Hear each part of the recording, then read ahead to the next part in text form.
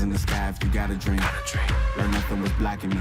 I was the problem, the only one stopping me. I didn't like it, I had to refocus. Now I'm devoted, I know where I'm going. Controlling emotions, I'm owning the moment. In order to get it, see, you gotta want it.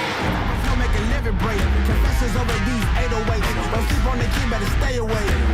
I mean, for heaven's sake, I'ma be the best. Came from the endless lane road games, bitch with the chest. Beating on my chest, trying to get my rest. Watch me while I flex. Every win is a blessing, and every L is a lesson. So when I run into rejection, I know it's only redirection. I see the blessings right beside me. It's just as important and likely. I do it like I'm in my Nikes. Don't make excuses, they never excite me. Quitting was never an option.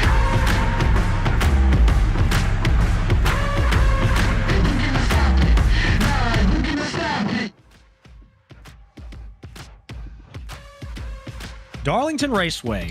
For 75 years, this egg-shaped oval has provided some of the toughest, grittiest, most grueling stock car races the world has ever seen. And tonight, its virtual counterpart will play host to race number 9 of the Online Speedway Racing League Premier Series. Good evening, everyone. I'm Hunter Brittle, alongside my good friend Ross Brockman, ready to call all the action of the Timber Stoltz 360 live on Split-Second Broadcasting.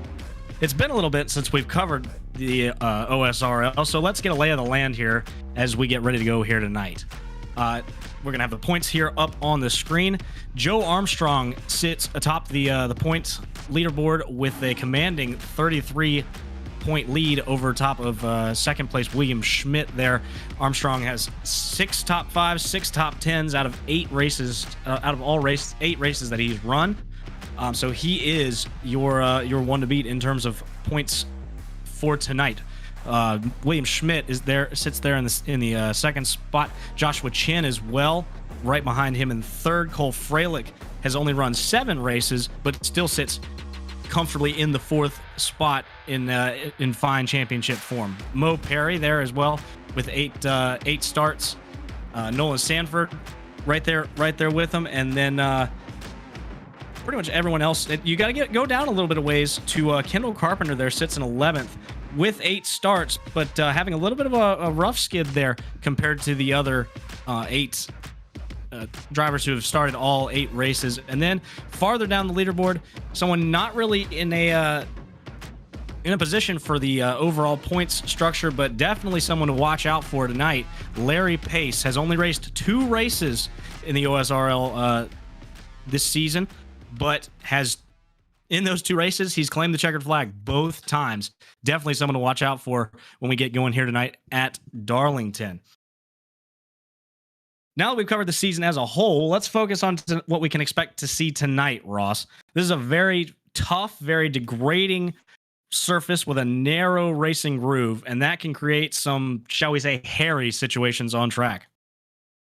Yeah, I think it's everybody's favorite when you look at the schedule. It's like, okay, when are we going to Darlington? Because I feel like so many leagues and series want to run a race at Darlington, and it's kind of fun tonight to see even a little bit of a longer race, which is something that this track is known to do, is long kind of endurance type of racing here for stock cars. So it's going to be fun to see how these drivers can maintain over the long runs here. But it's you talk, the surface is very worn out, so you're going to have tires going away very quickly. They have about 6 sets of tires in the pits here for tonight, so I think that gives them some flexibility to come in and get tires depending on when yellows fall. But I think we're hoping, and we'll see, these guys are great at what they do. Hopefully they can get some green flag racing in, and maybe even some green flag pit stops. I think you could go as far as 50 laps on fuel. It's just a matter of if you want to run tires that long. So of course with this car that's sliding around a lot, it's always fun to see them slip slide and trying to stay out of the wall and not get a Darlington stripe. And I'm excited to see how these drivers navigate. The biggest spot I always say here when you go to Darlington is entering turn 1, especially on the starts and the restarts. Just, it's a lot easier to go through their single file. I mean, it's tough to go through their single file, let alone double wide. So we'll see if they can navigate that section of the track, and I'm looking forward to it. It definitely makes restarts and the start of the race very interesting. down into that turn number 1. Like you said, it is a very narrow entry into that turn, and that brings me to another talking point here. It's an egg-shaped oval. Both ends of the track are completely different from one another. Turns 1 and 2 is going to be it's a ebb and flow, I like to say. You enter low in turn 1, then go up high in 2, and then you bomb it back off turn 2 to try and bomb it back down low off of 2 to try and get the run down the back straightaway. But cars are rolling here now, so let's go ahead and take you through the starting lineup for tonight's race. Thomas Lewandowski, a very popular name in the sim racing community. He will claim the pole for tonight's event. Sits there in that 08 car. Philip Kraus to his outside in row number 2. Two guys with a lot of speed here, looking for good runs tonight. And you got Larry Pace in the 00. You talked about him, very fast. And then the 79, one of the championship contenders, William Schmidt. 2 OSRL regulars in row number 3, Jack Painter and Cole Freilich there in the 5th and 6th spot, respectively. Starting 7th in the 63, Henry Kaloff, and starting 8th, the number 49 of Chris Pervolarkis. Kendall Carpenter rolls off from the 9th spot. Look for him to have some pace and get more towards the front of this pack, looking to rebound from a rough start to the championship run, with Bobby Blazer to his outside in 10th. You got a couple of the Bobbies right here, just on the edge of the top 10, with Bobby Blowers in the 34 starting 11th, and then Stephen Gibson in the 21 OSRL staple. Mo Perry lines up in the 13th spot with Ethan Corder to his outside in 14th. Row 8, we have Jamie Ritchie Price and Isaac Johnson. Nolan Sanford lines up in the 17th spot with Dominic Barbagallo to his outside in that number 77 car. 19th, we have the 7 of Levi Wolf. Next to him is Tristan Baker. Marty Farrell lines up in the 21st spot with Griffin Jones next to him in the 22nd spot. Starting 23rd is John Felber, and next to him is John Daniels. Michael Deitch lines up in the 25th starting position with another series regular to his outside, Braden Movick, rolling off in 26th. Starting 27th is Trey Patton, and starting 28th is the number 28 of Shane Sweeney. John Szulzewski lines up in the 29th spot with Jonathan Oates to his outside there, series director, in the 30 spot. Jackson Sims starts 31st. Harry Grindell's in there. I'm looking at trying to make sure I got them all right. And Gavin Newton in there. Yeah, maybe some of our admins in there. But yeah, it'll be fun to see these guys that are starting in the back, see if they can make their way up through the field. Long race. Very long race. Ross, we're going to be in for a grueling one here tonight. All under the lights in this one. A lot of races you see at Darlington will start in the daytime and then go tonight. This one will be completely under the lights here, and it's going to ramp up shortly here when we get going green. But final thoughts as they head off down towards turn number 3 for the final time. Yeah, I'm excited to see how it goes. You talk about Darlington, the other little great thing with the night. Looking at these awesome schemes, I know a lot of these guys running some throwback schemes tonight. It'll be cool to see them under the lights and going after it. Pace car dives on the pit road, leaving the field in the control of Thomas Lewandowski. He will roll his car and the field off of turn number 4, looking for the green flag. Green flag is out. We are racing underway here at Darlington.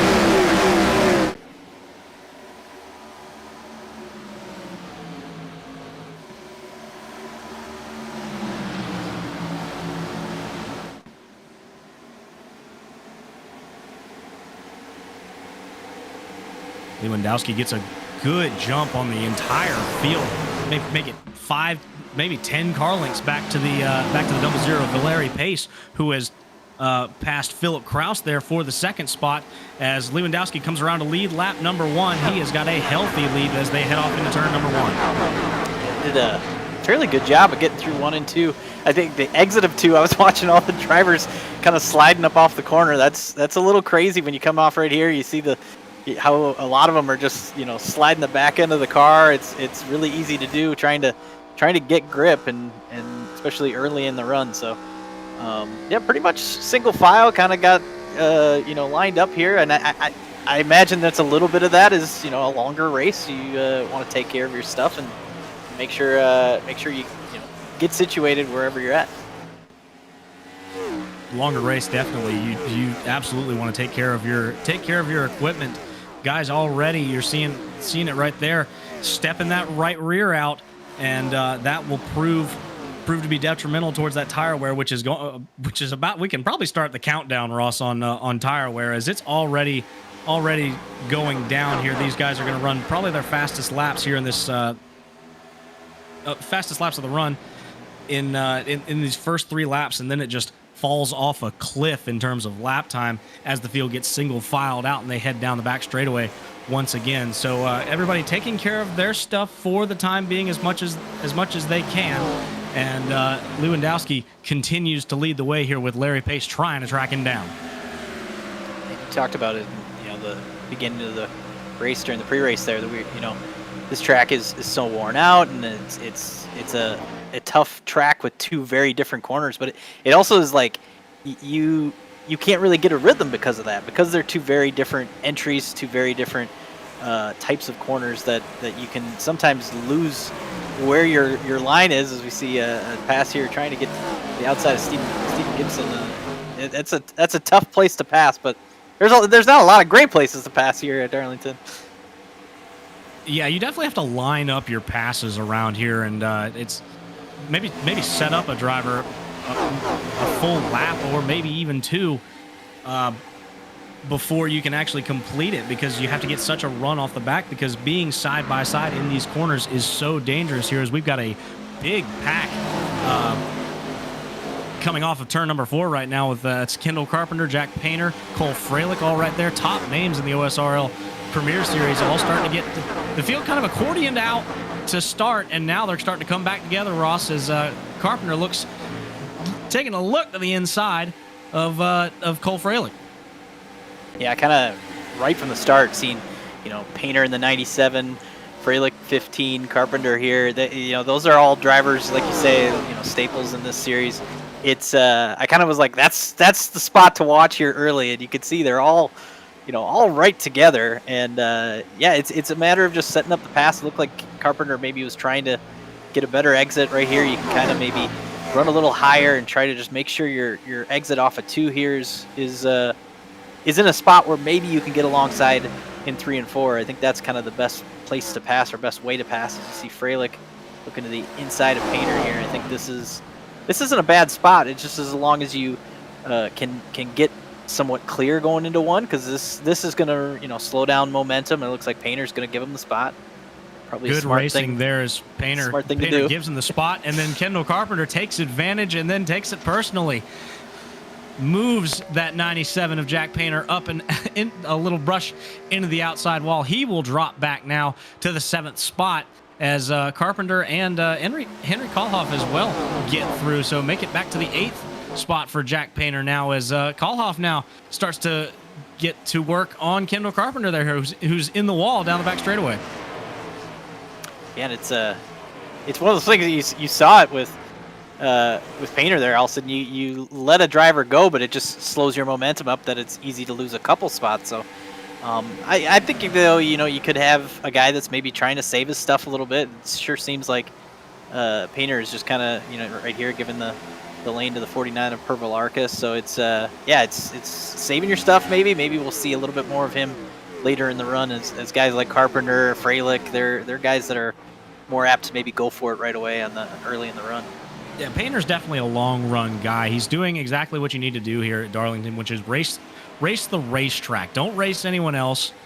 If these guys want to go up there, burn their stuff off, maybe run a little bit harder, as now Carpenter dives down to the inside of Freilich and will easily get the spot, slides up in front of him there, and move himself up into the 6th spot, as Henry Kohlhoff has gotten around Cole Freilich as well, and he now leads this train down off into turn number 1. But yeah, going back to Jack Painter, let everyone else run their race. They'll come back to you. This is a very long race, as we've well documented, and there will be plenty of time and tire wear to come back in it to them at a later part in this run. Looking back farther towards the front of the pack here, now we've got a fight for the third spot. Well, not much of a fight anymore. Move Philip Kraus easily past the 79 of William Schmidt there. This top four has really broken away from the field, Ross. They've got a 4-second gap over fifth spot in Henry Kohlhoff, maybe probably taking advantage of all that fighting that we were just documenting. Yeah, you know, you kind of slowed down the momentum as those guys were battling, and it didn't take long for them to lose a lot of ground. 3 seconds, you know, from basically fourth to fifth. That's a huge gap. So even if you're saving tires, if you're any of these guys like we were talking with Painter here, that's a long ways for those top four to get away. So it gives those top four the opportunity maybe to start saving a little bit now and have a little bit of leeway, which is kind of nice for those guys to have. So yeah, it's kind of interesting to see that. You mentioned Kraus getting by Schmidt. It'll be interesting to see how that top four is playing around and saving their equipment for later in the run. Pervolarkis gets around the 15 of Cole Freilich, moves himself up into the 7th spot. Looking farther back, there's Mo Perry battling alongside, I believe that's Braden Movick there, going down into turn number 1 and through 2 here. This is another group that's been stuck together for a little bit. You kind of get these guys where these instances where everybody just accordions up together, and then you can't get away from each other, as we're starting to see the field really split into groups of 4, 5, 6, 7 cars at a time. Yeah, it tends to happen here at Darlington, where you have those moments of kind of you know, stuck together. You can't get away from people. Like, it just seems like you know, even if you're running clean, we get a little bit in the wall back there. It's like maybe that's Mo Perry.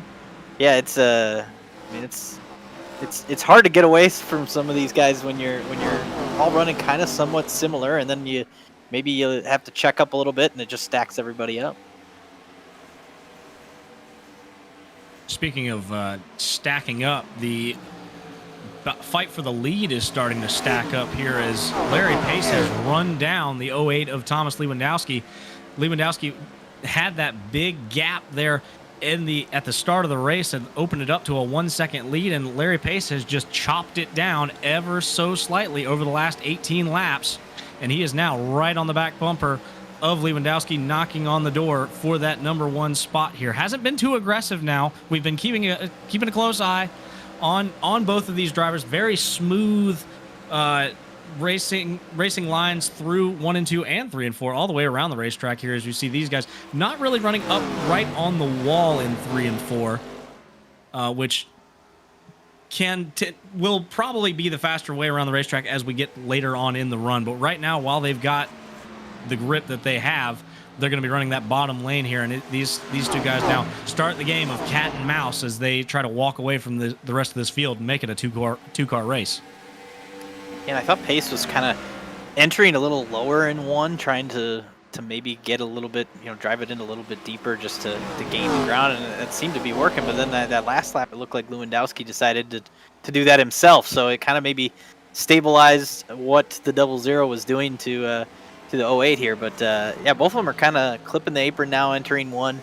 I don't think obviously Kraus and Schmidt are not too far back here, and their lap times are still fairly similar. They just a little bit of a gap here, but yeah, it's cool to see the different options here when you're running the bottom. I think that I like that. I think it's easy in 3 and 4 to feel like you should be up by the wall, but sometimes just running the bottom and keeping it, keeping the smooth entry and exit, I think that's not a bad idea, and using 1 and 2 as kind of your attack zone, I guess, if you could call it that. An excellent drive from both of these guys, really starting to walk away from this field. It's a 6-second gap back to this gaggle here for contending for the 5th spot as Henry Kohlhoff's in the wall. Here comes Freilich, here comes Carpenter, and here comes the entire field. Pervolarkis looks down to the inside, not going to get it done. He's going to hang there for a little bit, thinks better of it, trying to get a run here off of turn number 3, but a big moment there for Henry Kolohoff as he will fall back to the 7th spot and let Carpenter and Freilich go down here into turn number 1. So this gaggle has just gotten bigger and the racing has just gotten crazier.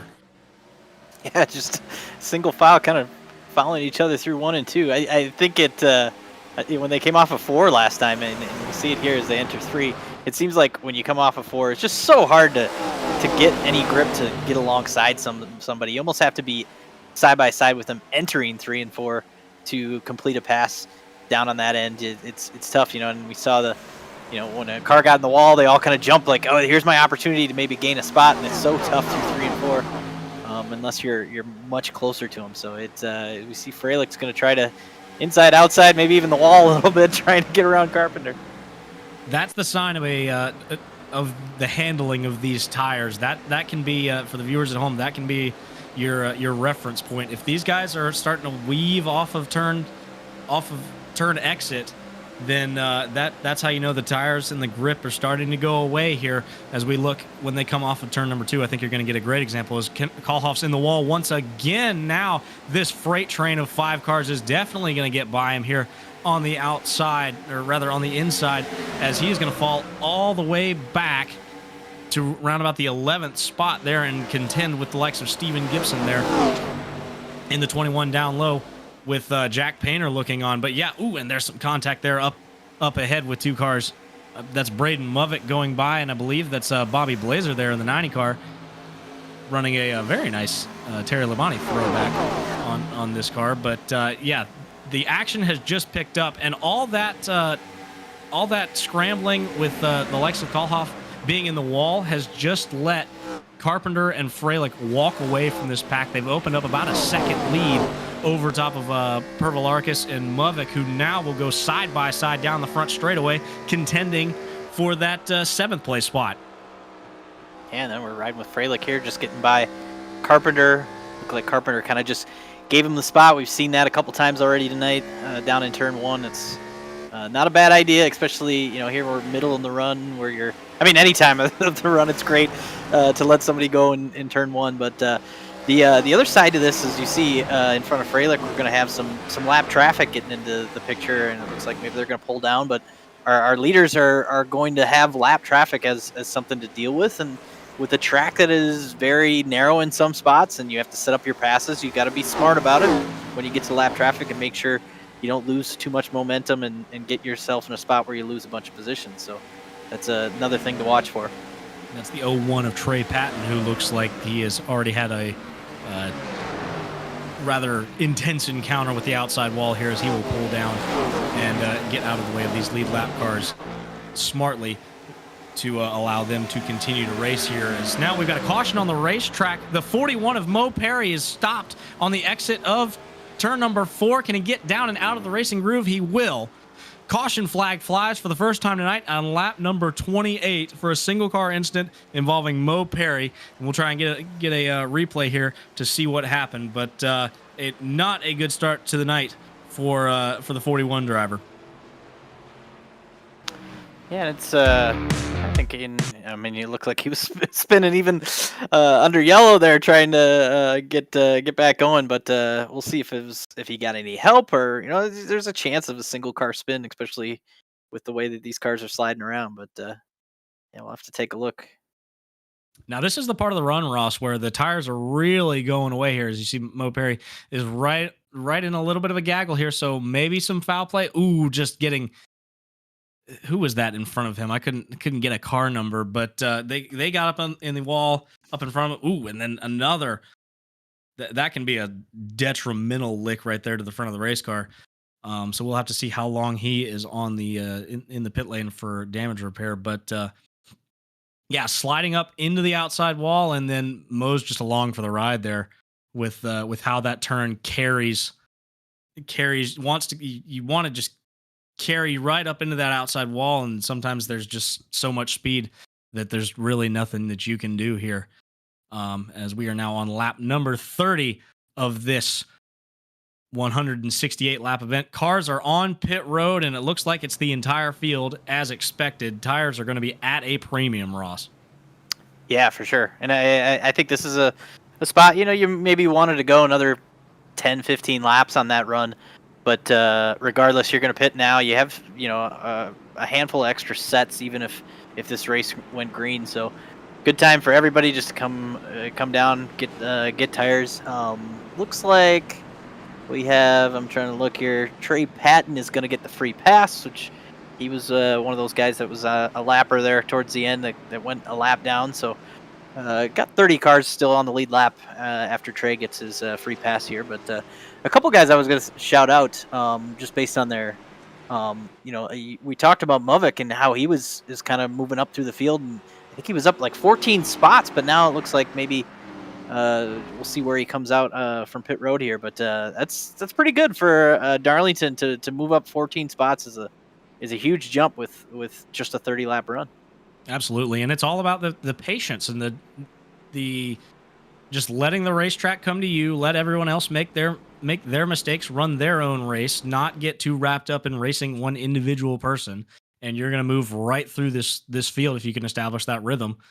And he has absolutely done that. So let's get the field double filed up back here once again. We're already on the 1 to green as lappers and damaged cars make their way back around to the tail end of the field. Mo Perry's back on track already, so maybe not a whole lot of damage to be repaired to that car. We'll have to see if he can move his way back up through the field here. Another point to mention before we get back going, Philip Kraus beat Larry Pace off of pit road, so he will line up in the second spot right where he started. We're going to restart the race with the top three exactly how they started at the beginning of the race. Lewandowski will have control of the field with Kraus to his outside and Larry Pace to his rear there on the inside. Pace cars down and away, and the field once again in the control of Thomas Lewandowski, looking for that green flag into the Geico restart zone. He has it, and we are underway once again here in Darlington. They will fire off into turn number 1. Lewandowski gets away with not quite as good of a jump this time. Kraus is going to be putting a little bit of a pressure there on him as now Freilich, can he save it off of turn number 2? Freilich, a big moment as caution is on the speedway. We have a huge wreck there in the back. That's the 53 car of Griffin Jones. The 34 of Bobby Blowers is involved. And we are going to line them back up and do it all over again, Ross. I talked about it in the top of the show. With everybody being all packed together, it just creates carnage. Yeah, yeah, we said it. The first start was pretty clean through 1 and 2, and then as we get to other restarts, it's really tough. It started even like you said. You saw Cole Freilich got kind of pushed up the hill a little bit, and coming off of 2 there, you get to a point where it's like you almost have to stop to get it to turn while everybody's trying to pass you really fast on the inside. So it's super dangerous, and you're kind of in a vulnerable spot there.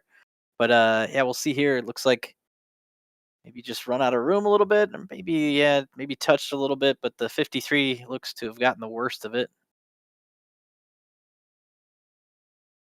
Luckily manages to avoid coming back up on the racetrack and sustaining further damage. That's really what'll do you in these events, is coming back up onto the track right into the path of somebody who just can't get on the brakes hard enough, and it'll be lights out. As we get another onboard look here, I believe this is from Bobby Blauer's view. So you see that on the inside there, the 79 of William Schmidt. We kind of didn't see that, but during that last caution, he was running the top 5, top 10, and had a long pit stop. So kind of got him put back farther in the pack there, and he got kind of involved in that a little bit. That's one of the guys up in the top 5 in the point standings, and yeah, very interesting to see. Not sure why it was a long pit stop as far as that last yellow, but he's back down on pit road now, maybe fixing some more damage from this incident. But yeah, it can compound the issues when you have problems here, and all of a sudden now you're in other people's messes, and that's looks like maybe what happened with the 79 of William Schmidt. You get back there in what I call the snake pit. Been bitten there a couple times myself, and yeah, you get back there racing with guys you're just not used to racing around. And William Schmidt was used to racing around your top 3 here: Lewandowski, Kraus, Pace, all guys with very good racecraft. Not to say that the guys at the back don't have that, but you get a little bit different ebbs and flow here as we've now gotten the 1-to-go signal lights are out on the pace car. So William Schmidt unfortunately caught up in that incident, so we'll have to see. He's definitely, if somebody's got the speed to get back up there, it's definitely Schmidt to be able to muscle his way through this field. Damage pending, of course. Sure. Yeah, I'm interested to see. Now we have, you saw in that last restart, you mentioned that Lewandowski maybe not as good of a start as he did the initial time. I think maybe it's just Kraus has got a little bit better ability at the start. We'll see. The guy that I think, we talked about it during that last run, or the first initial run, that 42 of Braden Movick, up 22 spots now, up to 4th. Just kind of worked out through the pit stops, through the long run at the start, passing a bunch of people to move all the way up there. I think a guy you kind of even mentioned is really good on the long run, so it'll be fun to see how he can maybe contend with this top 3. Pace car makes the hard left down onto the pit lane. Thomas Lewandowski has the field at a nice 60 miles an hour. Green flag is back out. We are underway for the 3rd time here in Darlington. Lewandowski gets a great jump. He will be long gone by the time they get down into turn number 1. The rest of the field there, Kraus gets away as Movick now to the outside of Larry Pace. Move Movick up to the 3rd spot there, and as Carpenter now sets his sight on the 00 of Larry Pace. Yeah, I think Pace is maybe just not awesome on the restarts. I think he's got a lot of speed, but maybe it's just trying to save his stuff a little bit, not use it up on the restarts. But just the last couple restarts, he's lost a spot or two, and we'll see if he can get back up there. But Kraus is lost a little bit of ground initially to Lewandowski. Oh, Steven Gibson maybe going for a slide there. Hold on to that. It's a tough spot, and then he's going to lose multiple positions here. That was a big moment for Steven Gibson off of right in the middle of turn number 2. It's like he got back in the gas too hard, and the back of the car just came right around on him. And a great job to be able to save that car and limit the damage that would have caused. I mean, it would have been a solo spin down the inside. Probably wouldn't even have brought out a caution by iRacing steward standards. But he will now try to rebound here, as it looks like he has fallen all the way back to the 13th spot, right about where he started the race. So the march continues for Steven Gibson to get back up towards the front of the racetrack, and we will certainly document his charge. As now we've got another one in the wall back there. I don't know who that is. I believe that's the 48 of Gavin Newton now comes under fire from the 34 of Bobby Flowers now, who's just involved in that incident. So Bobby's still looking to move forward after getting collected in that one here as they fire down the back straightaway. Yeah, we saw a couple of these guys back running here. It seems they are even though they were in some of the incidents earlier, that still fix a little bit of damage, and they're still able to keep pace, which is nice to see. The full field still going good. So as we see William Schmidt making a pass on the 47 there, that's we'll see if he can get back up there. It'll be interesting to see if he has the pace, if something happened or what, but it seems like he's back going pretty good here and moving up. The top 10 now have single filed out and spaced themselves pretty well, but back to 11th, there is a freight train being led by one Ethan Corder. He's got a snarling pack behind him with Isaac Johnson bearing down, Dominic Barbagallo looking to move up, Steven Gibson, we documented his slide back to that spot. These guys, it's a lot more well behaved than it was at the start of the race, but I can't imagine that it's going to stay this way for long as they start to slip and slide here. Gibson now looks to the outside of Barbagallo, thinks better of it, tucks back in line. These guys it's just a time bomb waiting to go off here as they make their way around this racetrack, single file. Yeah, and you saw Isaac Johnson. He was kind of trying to make a pass, and it's like you get to a point where you're trying to pass the driver in front of you, but the person behind you is like, well, they're never satisfied about how fast you're doing it. So they're right behind you, kind of even putting some pressure on you. You're like, give me a second. Let me work my magic here and try to get the pass completed, and then you can try. It's just funny how that sometimes happens where you're They're like, okay, well that didn't work. Let me try again. Nope. Now the person behind me is messing with me. Like, stop. Like, you can't get away at times. That's exactly what's happening to the 33 of Isaac Johnson. He tried to make a move on Ethan there, right in front of him. Didn't work, and now he had Barbagallo breathing down his neck as they come off of turn number 3. Barbagallo looks to the inside once again. If we can get an onboard shot, it's going to be you're going to have a screen full of Barbagallo here as they fire off into turn number 1. Great racing here. Isaac Johnson's in the wall now. Barbagallo squeaks by. Johnson's still up in the wall. He's going to lose multiple spots here. There's another one back there. I believe that's Marty Farrell. No, that's the 52 of Nolan Sanford who got up in the wall as well. So both of those drivers, Isaac Johnson and Nolan Sanford, fall back at least a couple of spots, and now it gives Barbagallo a little bit of reprieve here as now he's got some open air and can try to run down Ethan Corder. Yeah, and it just kills all your momentum. You lose a couple spots, and now it just kind of snowballs a little bit because it's tough to get back going. And see Gibson looking to the inside here on Barbagallo. I think he definitely has been moving up pretty smart here so far on this restart, or since the last restart here, and taking his time making his way through there. He hasn't had a ton of pressure behind him, especially since a couple of those guys got in the wall. So it gives you the ability to just kind of take your time and set up the driver in front of you to make the pass. William Schmidt looks to the inside of one Harry Grindell there. No, I take that back. That's who was that? Marty Farrell? I think you got Grindell there in the 70. No, I think it is Grindell. I apologize. Yep, I get my purple cars mixed up.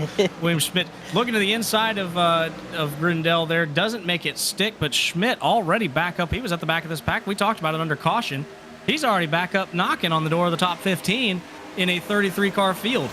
Schmidt with the speed right now and trying to cut his way through this field. Now he's already back up to the 16th spot, looking for more here to the inside of Grindell. Thinks better of it, tucks back in line, fire off into turn number 1. And Grindell is another guy that's he started in the back, started almost 30th on the field. So being up in the top 15, we saw him kind of get in the wall a little bit earlier and doing a great job of just kind of slowly making his way back, or maybe not back because he hasn't been up there yet, but moving up as so is William Schmidt. Running on board now with the 19 of Philip Kraus here. This is your top 3, and with Larry Pace there right in the back. This group has not gotten away from each other, and they have absolutely walked the dog on this field as they head off of turn number 4 right now. That group that we were just talking about with as we've got another car down to the inside there. That's the 52 of Nolan Sanford. Caution is out, thankfully, before anything else goes wrong. Nolan Sanford, a hard impact down there into the inside wall. As you can see the damage there on the right side as he wiggles that car all the way around this racetrack to try and catch back up to the field. As we've got another one, I believe that's Barbagallo, slow up in the outside wall. I missed what was happening. I was looking at Nolan Sanford. Barbagallo was up inside the top 10. What happened to the 77? Yeah, I'm not sure. I heard it on the chat. They're all kind of like, "Whoa, look out! We got even some incidents maybe under yellow," which is I guess the crazy Darlington Raceway. You never know. Even under yellow, it can be dangerous. But yeah, it sounds like some action after as everyone was trying to get woed up. But yeah, we saw the 52 just kind of down on the inside. Looks like maybe got clipped there by Farrell. Is that Farrell? Yeah, that's the 24 of Marty Farrell got loose there off of the wall or off of turn 2, and there's just nowhere for Nolan Sanford to go. So an unfortunate impact for him to take. And then so that happened off of turn number 2, and then this with the 77 of Barbagallo after the field. It's just like the wheel turned off or something. Yeah, it got Gibson too with some significant damage there, at least a pretty hard hit on the front of his car. So yeah, not sure what happened there. It just came up and did not make the turn. So hard impact there for the 77 of Barbagallo there as we ride on board with Steven Gibson. And yeah, just, I mean, lifts, there's nowhere for you to go. I mean, how do you avoid something like that? So incredibly unfortunate for Steven Gibson, who was looking to make a rebound there after that contact with the wall at the beginning of that last stretch of green flag runs. This is going to be really interesting to see what happens here. We had pit stops there, and I think it was a smart time to come get tires and grab your second fresh set. But Thomas Lewandowski and Philip Kraus both stayed out. So, and it looks like John Szulziski, I'll go with that. In the 18, he's going to also stay out here too, pitted back on lap 34. So, these guys up near the front are going to have some significant tire wear. I mean, almost 20 laps on their tires. So our leaders are going to have their hands full trying to keep everybody else at bay here. So it'll be a very interesting restart and run here if we go green for a while. Well, there's going to be two different battles going on here. The battle of the 08 and the 19, Lewandowski and Kraus, keeping the field behind them if they dare so try on those, you mentioned it, 23 lap old tires. And the battle of keeping their cars underneath themselves, because going back green flag racing after with old tires definitely is going to make for an interesting turn number 1, shall we say. So green flag is back out in the air. Let's see how Lewandowski and Kraus will manage and navigate this turn number 1. Lewandowski is going to have another big lead firing off into turn number 1. Kraus is well there. The 18 wisely dives off, and then, oh my gosh, we've still got guys spinning back out here. I believe that's that's Steven Gibson in the 21 once again. And then I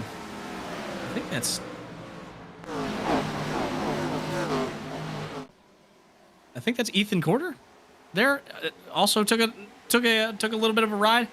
But now the games are on here as Kraus starts to fall back and gets swallowed up by these new tires.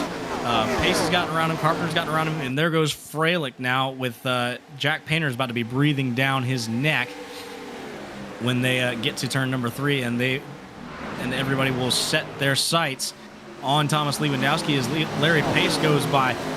New leader in the 00 car, Larry Pace has found his way to the front, as he's done in every race that he's raced in the OSRL Premier Series this season. So the field has just been put on notice. Larry Pace has the lead. Let's see if anybody can go up there and take it away from him, as they will now try to navigate around Lewandowski and Kraus on these newer tires. Yeah, Lewandowski kind of, when you're the leader, you get the best opportunity to maybe stay up there with these older tires. As we saw Kraus, he's already fallen back almost outside of the top 10 here. So now Lewandowski kind of getting stuck up on that outside lane. It's kind of slowing down pretty good, but I'm interested to see what, obviously it depends on how many yellows we get and when they fall, but I think that this is going to be a kind of a tough spot for Lewandowski and Kraus. Two guys that obviously were really fast early on and leading, pretty much 1 and 2 for most of the first 2 runs. So, yeah, I think this is going to put them in kind of a tough spot unless they get another yellow here in another 10 to 15 laps. And I think that's what they're gambling on. They've felt out the ebb and flow of this race and how this field is as a whole is tackling Darlington. And it seems about we get to about lap number 20, 25, 30 in a run, and then somebody has an issue. So Lewandowski and Kraus kind of hedging their bets against that pattern continuing. And then if it happens enough in this race, by the end, nobody else will have tires, and they will be on the freshest set, when you can't come and get new tires here. As now we've got 3 wide down the back as Kraus continues to slip through this field. He is already down to the 17th position now, as Isaac Johnson gets by, and or rather, Isaac Johnson's looking to get by here. Now there he goes,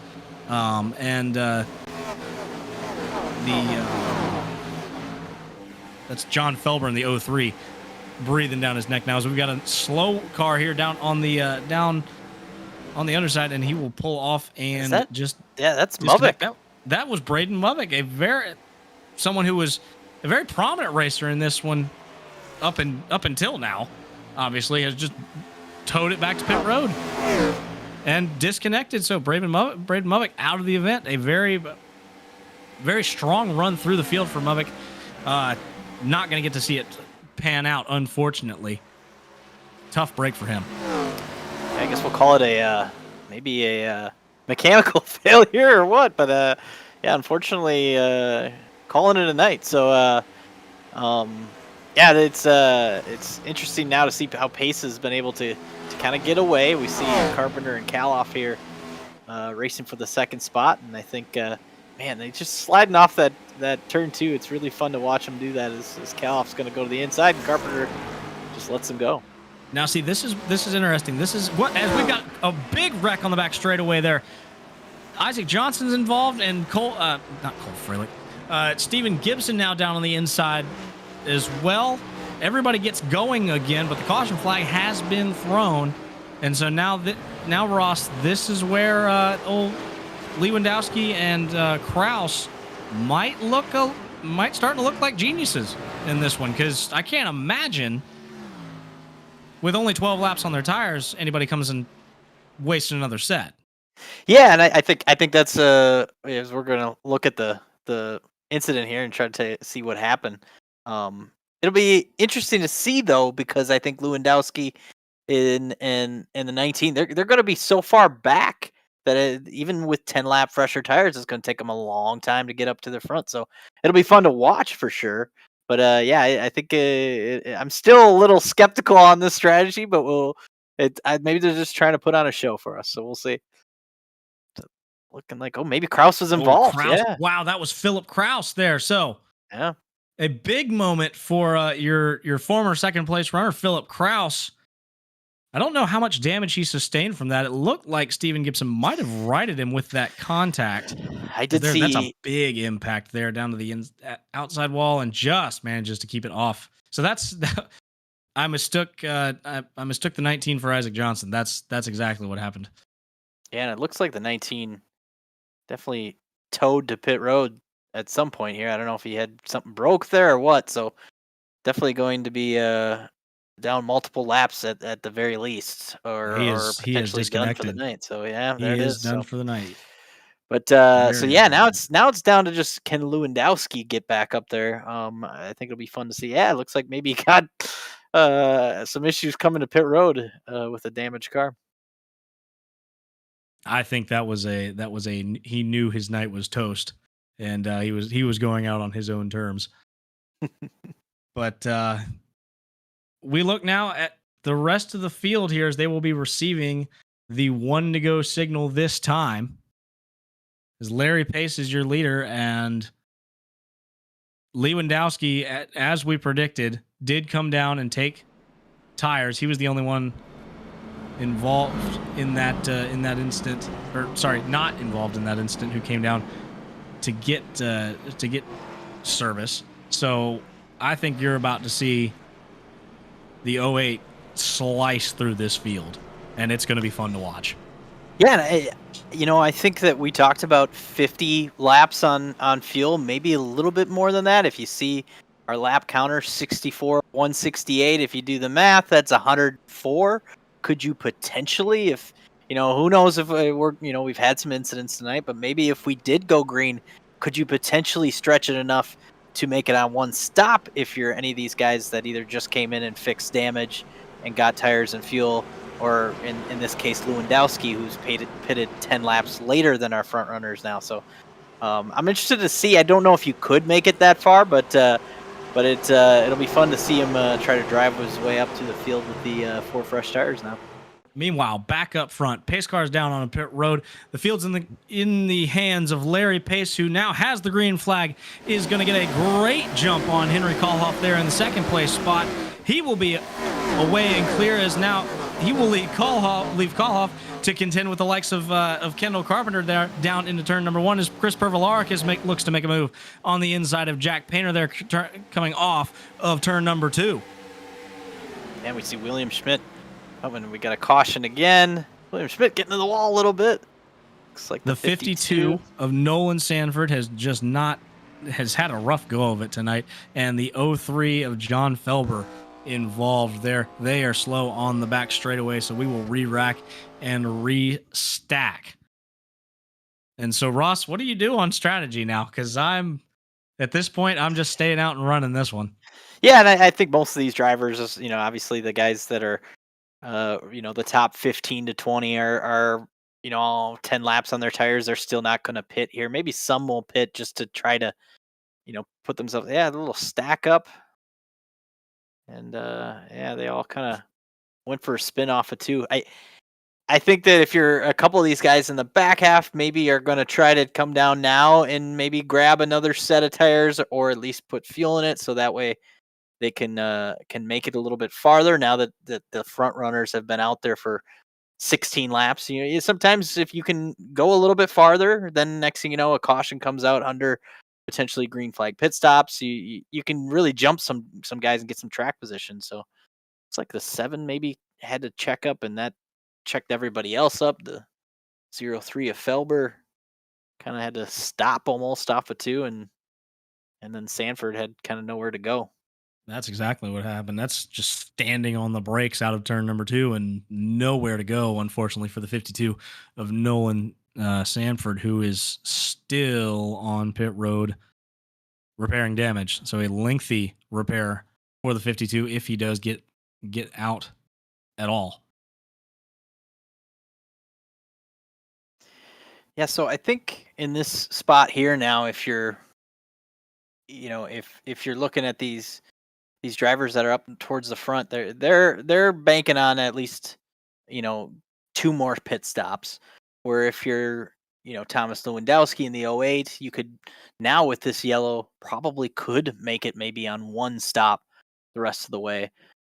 So it'll be fun. I really love to get this going green to see just how that would play out because even though Lewandowski has maybe the ability to not have to stop an extra time because he pitted just recently, you could potentially have some of these front runners having to make the double pit stop, but have track position on Lewandowski because he's still back in 17th.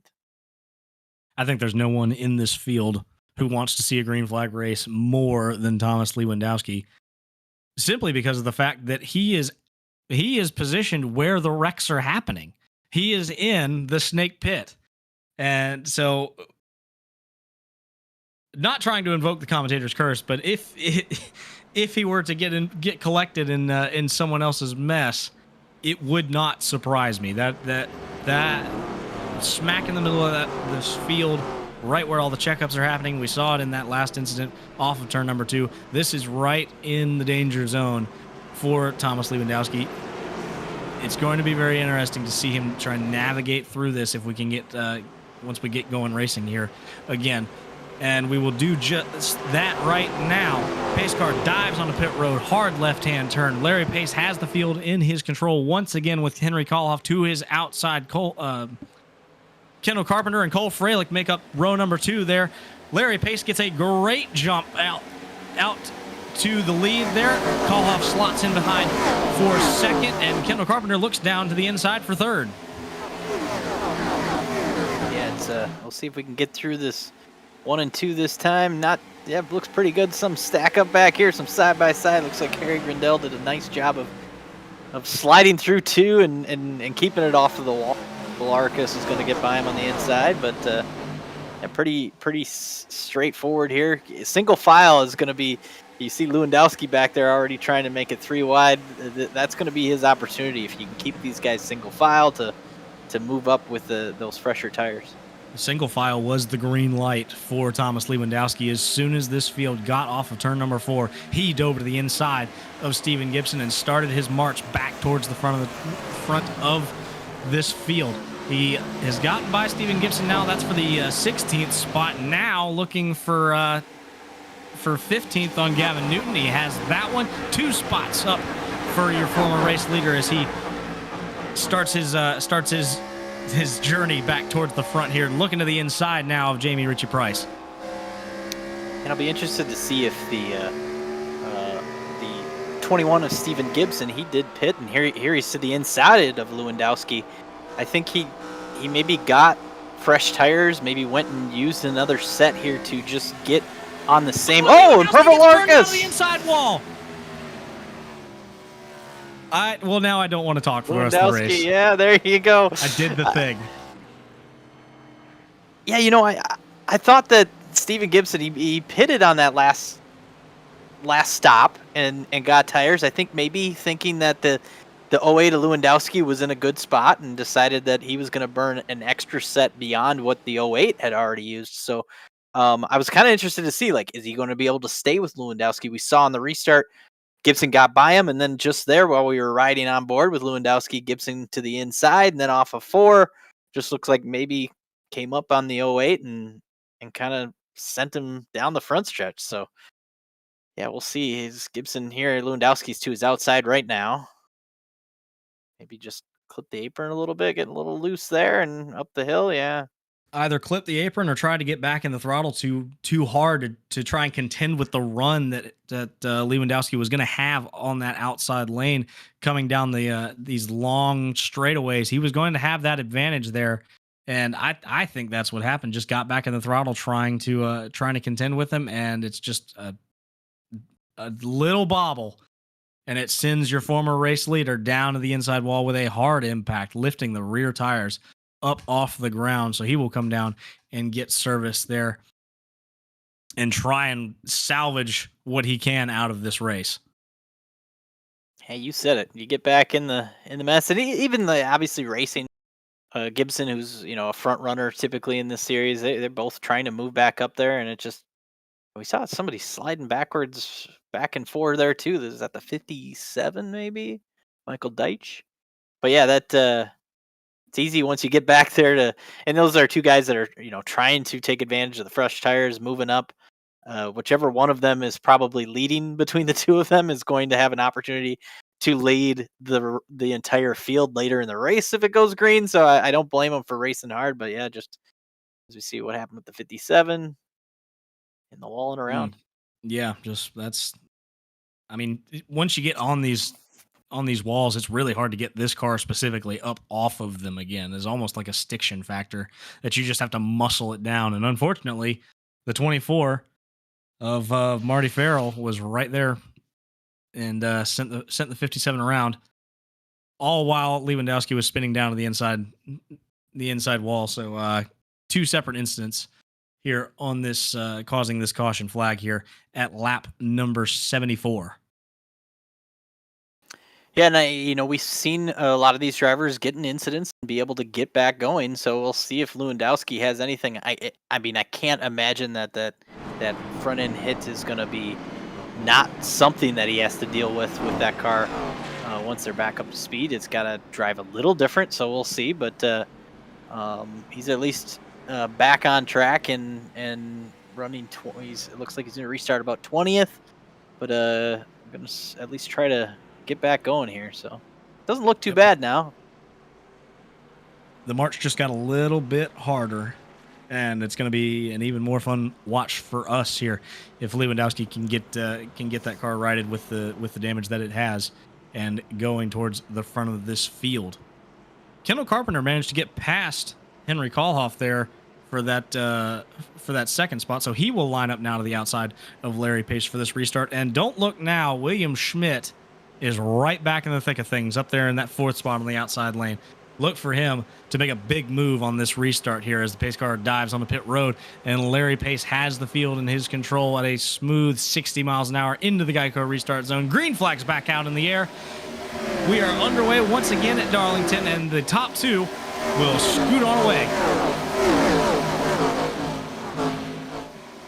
And this time Pace did not get as great of a start as he has. Carpenter's right behind him there, doing a great job of staying with him, and then Schmidt right there in 3rd. It's gonna keep these guys together pretty well. Carpenter did a great job there, just trying to drive it in a little deeper than Pace to try to get to him, and we got more guys spinning in the back.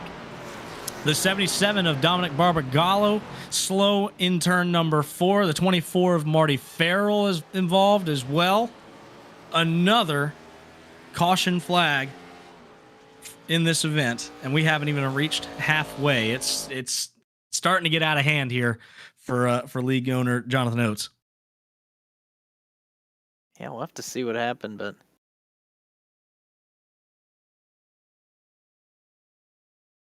here in the 48 of Gavin Newton just apologizing, saying that I'm not sure if he was involved in this. Good Lord, it looks like the 53 might have gotten up in the wall or was just slow entirely. The 34, a big shot to the back of it, and then it just stacks up those Barbagallo and Farrell there on the inside, nowhere to go. And that's what brought it out. As now another group of drivers here at the back of this pack will come down and get their damage repaired as we ride on board with Marty Farrell. Scary spot right there, just waiting to see where that 53 is going to go, but can't get wound up enough to make that decision. But yeah, I don't know. In as far as strategy, in order to get back going green here, to see where some of this plays out, we have so many different drivers on different amounts of fuel now because of all these yellows that if we were to get back going green for a while, it would really make it interesting on to see when people will pit and who won't. So yeah, I think it's just a matter of seeing if we can get back going green. Kendall Carpenter, you see him jump to the outside already here on Larry Pace. I think he's ready to go. I think he was pretty happy with that last restart. Feels like maybe he has something here for Pace. I think definitely on the short run, maybe Carpenter is pretty fast. And now William Schmidt, we saw him on that last restart, was able to get the third. So I'll be interested to see how he does on this restart and contending with those top two. I think you're right. Carpenter is itching to get this race back green again, to have a fair shot at the 00 of Larry Pace, who has been leading this field the entire time since Lewandowski surrendered it on that off strategy to come down and get those tires. Carpenter, I think you're right on the short run pace. Carpenter bombed it in there into turn number 1 there on that last lap right before the caution. In the short run, I think it's going to be it's a great move to try and get the track position. Long run, that'll really hurt the turn in of the car, and I think that was what Larry Pace's strong suit was, as evidenced by that gap that he and Lewandowski pulled on the first green flag run. So we'll have to see the two different mentalities here as they're double filed up, going down into turn number 3 to try and get this race going in a green flag fashion once again. Now Pace car dives onto pit lane, making that hard left-hand turn. Larry Pace will roll this field down to the start-finish line at a smooth 60 miles an hour into the Geico restart zone. Green flag is back out in the air. Pace is going to get a great jump, but Carpenter's going to be tucked in right there behind him there as they head off into turn number 1. Third place, William Schmidt as well will tuck in, and the top 4 is going to be single filed out while everyone else is left scrambling. Yeah, Carpenter doing a really good job off of 2. And now he kind of slipped up. He had the grip off of 2 and kind of gave a run to the 00, but now he kind of slipped off the corner at the end and gave Schmidt the opportunity to try to look to the inside here through 3 and 4. And now single file back out. But yeah, Carpenter, I think he was tried again, just like he did on that previous restart, to just get as close as he could to Pace. And I think we'll see. He runs a little lower at 1 and 2, maybe just kind of trying to stay out of harm's way of getting too high. But yeah, Pace doing a great job of just expanding that gap now with the lead.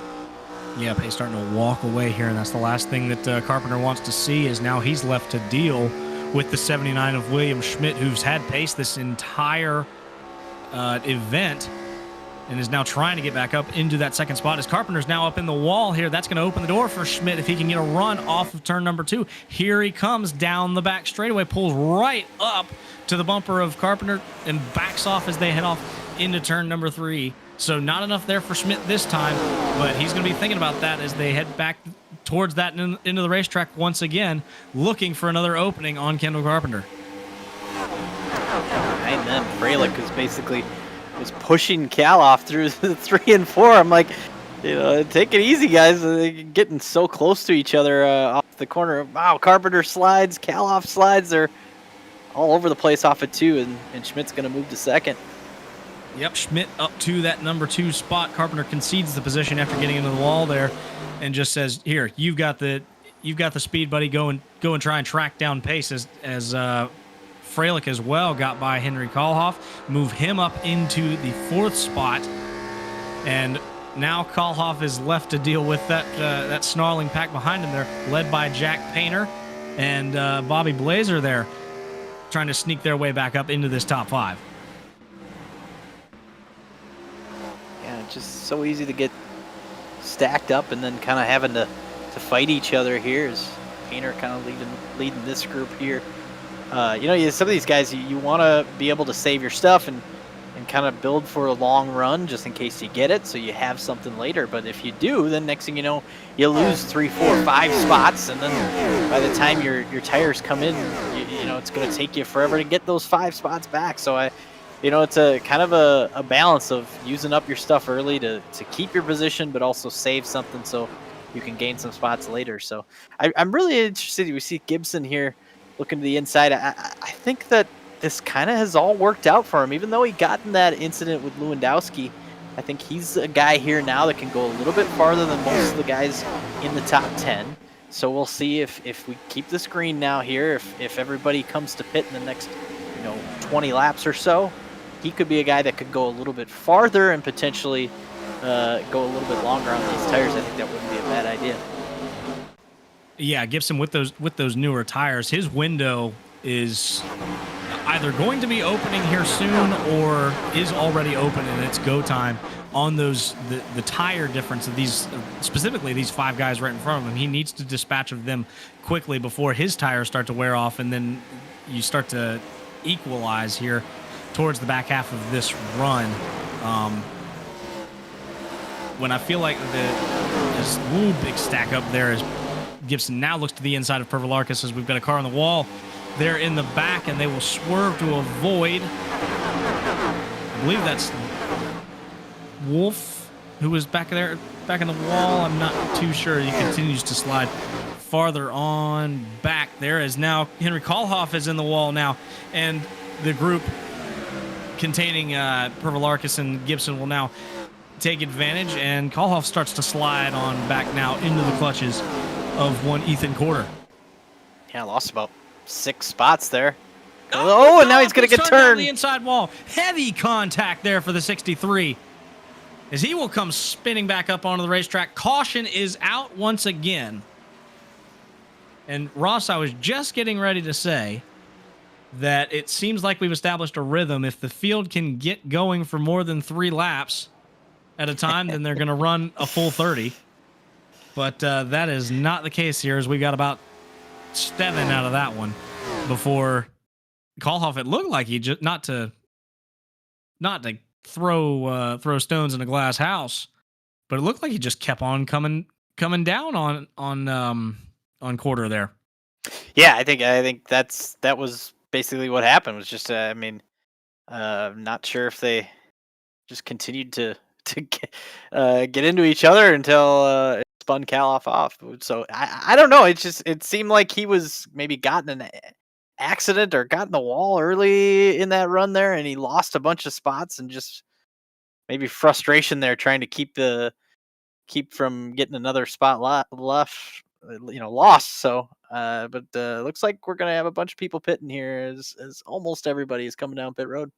Yeah, this is going to even everybody out except for John Daniels, Bobby Blowers, and Jamie Ritchie Price as well. They will stay on the racetrack. John Solzewski as well. He will stay out there. So those 4 will be your leaders, and everyone else will come down and get fresh rubber. Now that we had a little bit of green flag racing to scrub off Big heavy impact there for Koloff. That's got to be, if not his entire night, just about 90% of it. He just got a little loose off of 4 there, and kind of trying to save it. I think he saved it right here, but then ultimately just never came back up. And it just kind of just sent him for a ride then. So I can't, I understand, maybe just thought he was saved it and was thinking it was going to go straight, and it just didn't. But unfortunately, that's going to be a big damage for a guy that was just running in the top 5 not long before this.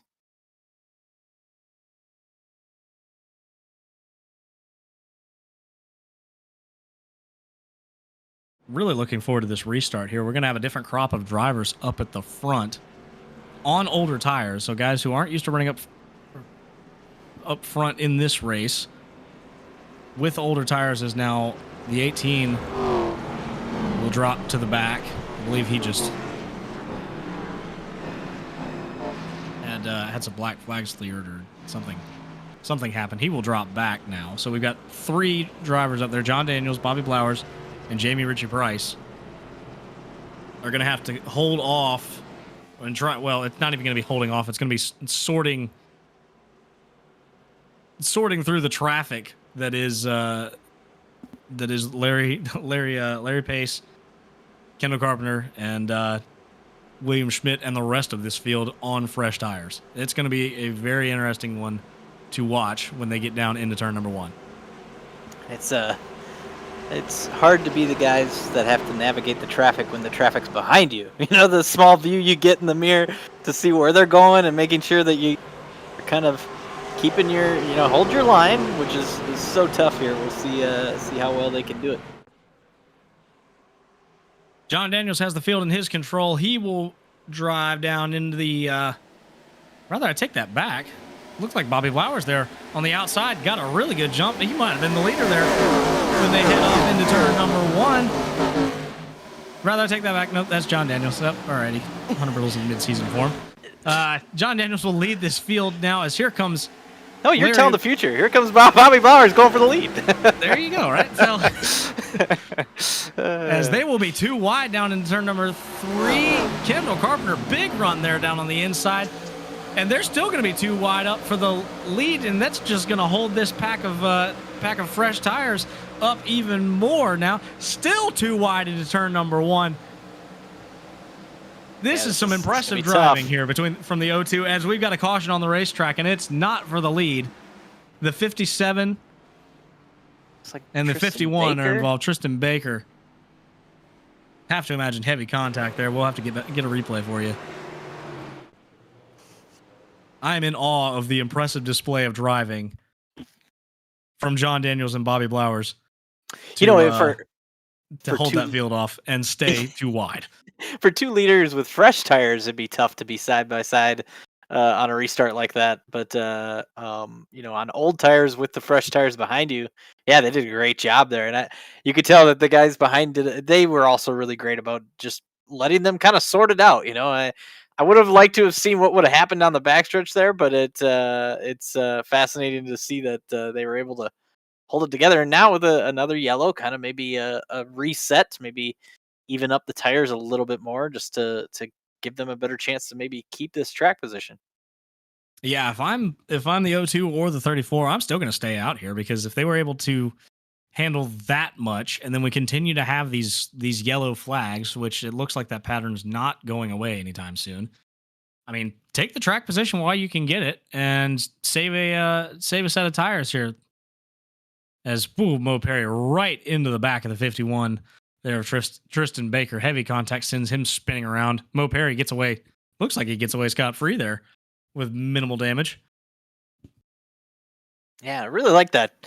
That 51 of Tristan Baker, I believe that's old Kevin Harvick ET paint scheme he's throwing back to. It's cool to see that scheme. I remember that one from back in the day. That's pretty cool.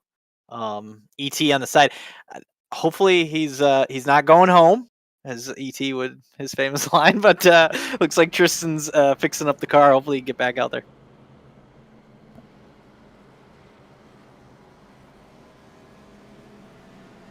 Field now starting to double file back up here. These guys are anxious to get racing once again. John Daniels will be your leader. And it looks like he's going to elect the outside lane, and that's where the mix-up was. These are two very similar cars, similar-looking cars. And so that was what caused the mix-up there on the call on the previous restart. So John Daniels will be your leader as they get the one-to-go signal this time. He will restart on that outside lane, which I really like, actually. I like John Daniels taking that outside lane. He's going to have a straighter shot down into turn number 1 instead of having to clear Blowers on the restart. No, I take that back. He goes down to the inside. I think I agree. I like the outside just because, I think your goal as the leader is to try to basically be clear before you get to 1. But on these older tires, obviously maybe a little bit of wheel spin, it's going to be tough to do that. So if you can be on the outside, I like Bobby Blowers here being on the outside here. If he can stay close enough, if he can stay side by side entering 1, I think that's going to put him in a great spot. But it's just a matter of if Daniels can get enough of a restart here to get clear. And I think if you're the 00 Larry Pace here, you're hoping, let's get this single file so I can, potentially just quickly dispose of both of them. So we'll see if that happens as getting ready to go back green. I think that's exactly what everybody in rows 2 through 5 are thinking there. As John Daniels now takes the green flag and he is away with a shot. And Larry Pace, that's going to open up the door for Larry Pace. He's not waiting around this time. Move Larry Pace solidly into that second place spot there as Blowers is now left to contend with the likes of Kendall Carpenter now as Larry Pace sets his sights on the 0-2 of John Daniels, fires it down underneath of Daniels here in turn number 3, makes it stick with those new tires. They're going to be side by side off of turn number 4, coming back to the line. Larry Pace has reclaimed the lead down into turn number 1. And I thought, Daniels gets tagged by Carpenter. Nice save. Really nice save. I thought Daniels did a great job through 3 and 4 there.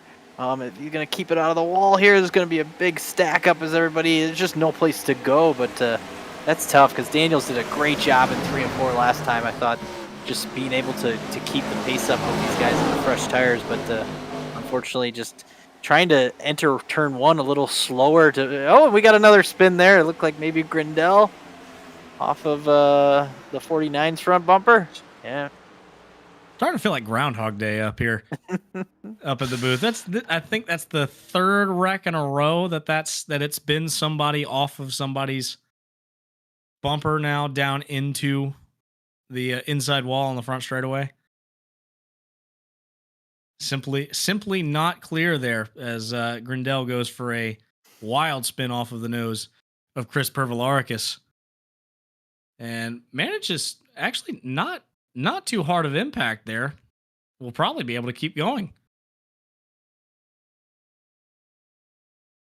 Yeah, it just seems like it's so, I remember all the times of driving these cars that have, the extra power and a little bit of obviously the less grip that even sometimes on the straightaway they're hard to keep straight. So it may be a little bit of that we've seen on the front stretch here tonight a couple times where drivers have gotten together and the lead car gets sent off the front bumper. So yeah, it's tough to see that happen so often because what they've been doing in the corners and putting on a show. It's the little things on the straightaway that's been a little tough for these guys. But we'll see with this yellow here. Now we're just over 65 to go. Don't think you could make it yet on fuel if you stop, but we have a couple guys in the back. Jamie Ritchie Price, Griffin Jones, Harry Grindel, who was just in that incident. Henry Kaloff we saw. That had all his damage, is still fixing damage on pit road, but just a kind of a quiet yellow here. Hoping we can get back green and go for a while. I like the call of the drivers there in the back to come down and get fuel at the rate that we've been having cautions. You can definitely stretch it. You're looking at about roughly 45 to 55 lap pit window under green, which has not been what's happening. So a lot of fuel saving can happen with these yellows. So I like the call there to come down, maybe make it your last stop if we continue to get slews of yellows like this. Obviously, the tire game is an entirely different conversation with the sheer impact that brand new tires have, and we've already seen it with Larry Pace quickly overtaking the likes of John Daniels and Bobby Blowers on that last restart.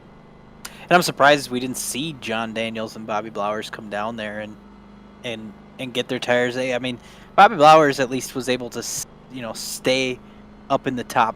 He's 6th right now, it's showing, so not too bad as far as where he's run. John Daniels fell back to 12th after he got that little incident where he kind of went up the hill in 1 and 2. So I guess they feel pretty good about their track position. It's better than maybe where they were originally, but yeah, I'm surprised they haven't pit. I think they're gonna maybe another 5 to 10 laps. You get another caution. That's when you're gonna see a lot more people pitting because they know that there's a good opportunity to potentially make it to the end from there. So we'll see here. Otherwise, yeah, most everybody hasn't really used up, as far as our front runners here now that are near the front, haven't really used up their fresh tires. We saw them, navigating those 2 cars with the older tires yet, but really haven't used them up too much here. So they're going to have plenty of grip to battle it out. And battle it out they shall. Pace car dives on the pit road, leaving the field in the control of Larry Pace, who will lead him down to the Geico restart zone. Green flag's back out in the air. Larry Pace gets away with a good restart there. Kendall Carpenter will tuck back in line there. Freilic's down, looking down on the inside of William Schmidt. They're going to be side by side, headed off into turn number 1 and 2. As Schmidt will have the position there down the back straightaway and looking for more there on Carpenter's bumper. Yeah, pretty much single file through 2. I think everybody on the same tire strategy and made it to all kind of be going the same speed. But yeah, we're going to see if Schmidt can get to the inside of Carpenter with Freilich looking on there. I think we saw Carpenter earlier, trying to give Pace kind of a run for his money on these restarts, and that this time just not too much. As we still have the 34 of Blowers, he's trying to stay up there, which hopefully maybe just a reset of the tires here. He's not too much slower than these guys up in the top 10.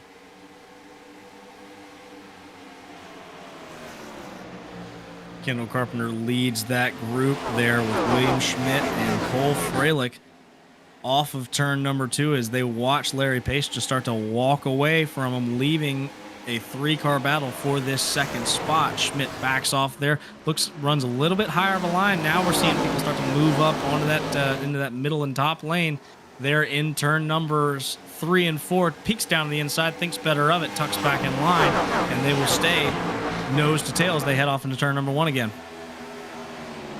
Yeah, Carpenter and Schmidt kind of just that kind of normal entry into 1 and kind of run the exact same line, and you typically do in 1 and 2. Looks like Schmidt's going to try outside here in 3 and 4. I like that idea, trying to get a little bit of a run.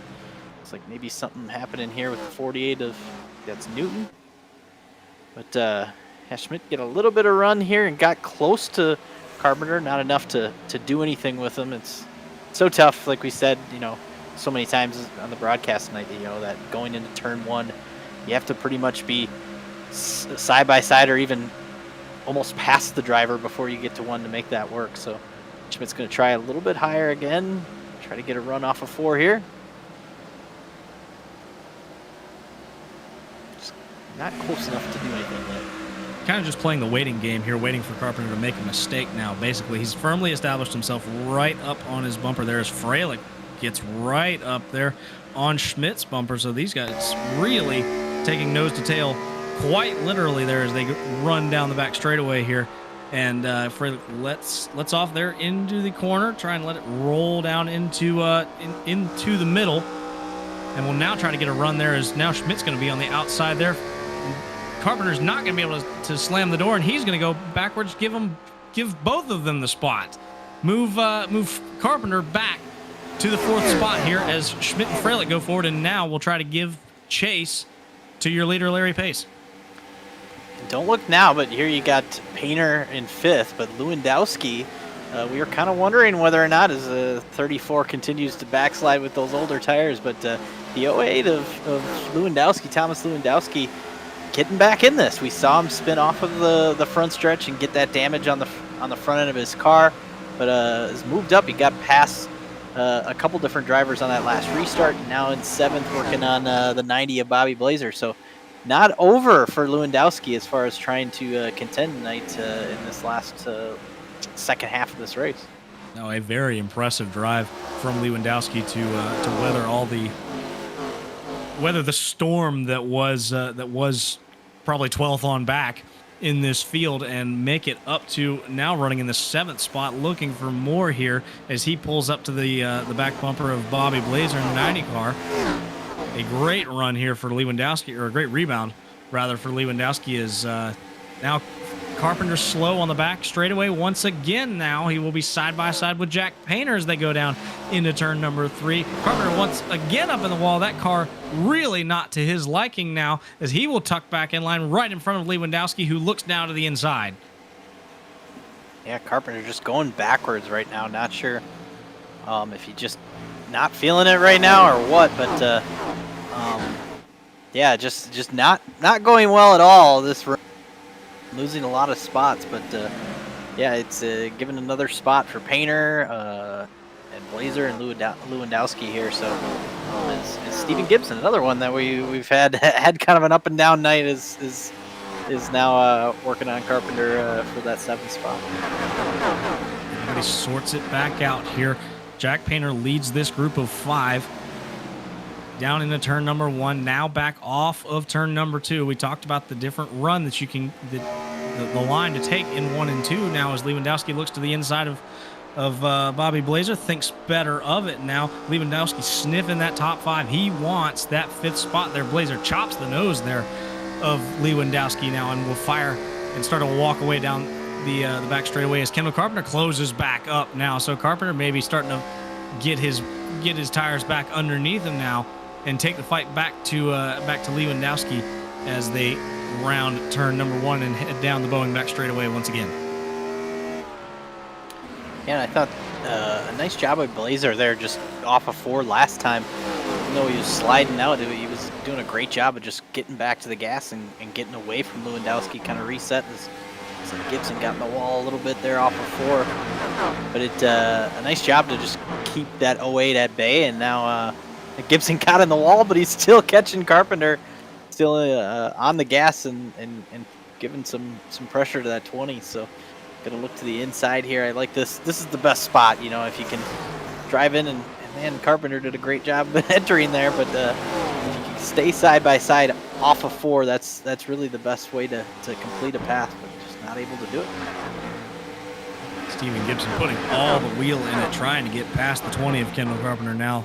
We'll take a narrower or lower entry on turn number 1, slides up into up to the wall, and then dives it back down to get that run off of turn number 2.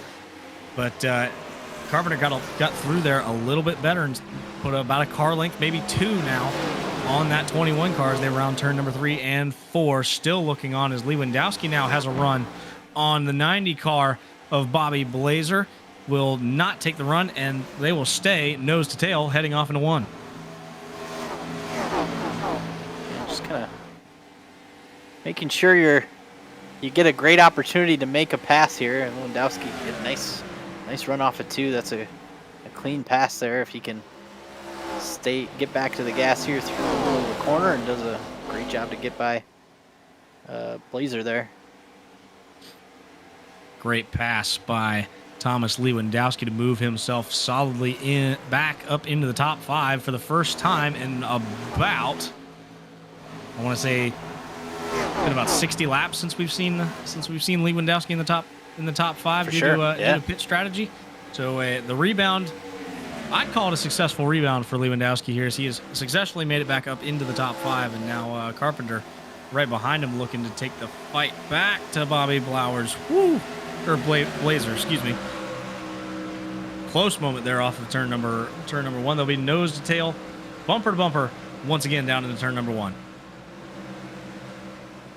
Yeah, it's weird how Carpenter had that moment. Oh, the 90, you could tell he had a really bad exit there from that angle. You could tell he was slowing up, and nice job by Carpenter and Gibson to get by without getting too much damage. Looks like maybe the 90 got a little bit of damage just getting into the wall, but yeah, it was really weird how Carpenter had that moment of just falling backwards. Now seems like he's back up to speed and even running as decent laps as most of the drivers in the top 5 right now. So we look back here at the 02 and the 34. You know, both of them stayed out a few yellows ago. They're not far here from having to make their pit stop. So it'll be interesting to see. You know, obviously they're going to come down, get 4 fresh tires, and it looks like maybe the 34 is doing it right now. But hold on to that! Wow, big slide. But this is going to make it very interesting for the leaders. Now these guys are running, you know, 14th, 15th with their older tires, so they're probably not going to contend for the win unless they get a caution. But when you're a leader in this moment and you see somebody with fresh tires, somebody's pitting right now, you start to think like, okay, when's my turn? You're ready to get your tires. So we'll see if this brings anybody else down.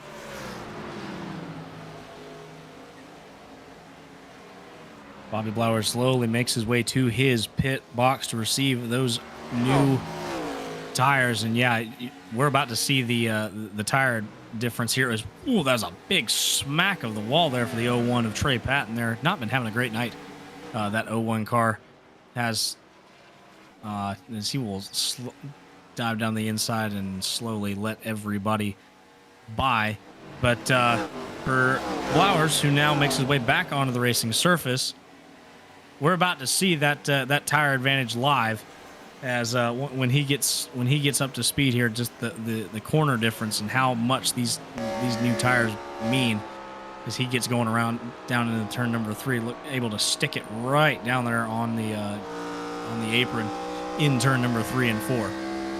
Well, you look at what he has out in front of him too. You have fresh tires, and you have this is a great opportunity just to make up some time now. You know, we'll see by the time the front runners pit where he'll blend in. I don't think he's going to be up near the top 5, but maybe even in the top 10. And depending on if a yellow falls at the right time, you could potentially, gain a bunch of track position with this. So, just really easy to eat him up as a couple lappers here, but just time to make it up right now with that clear open track in front of him.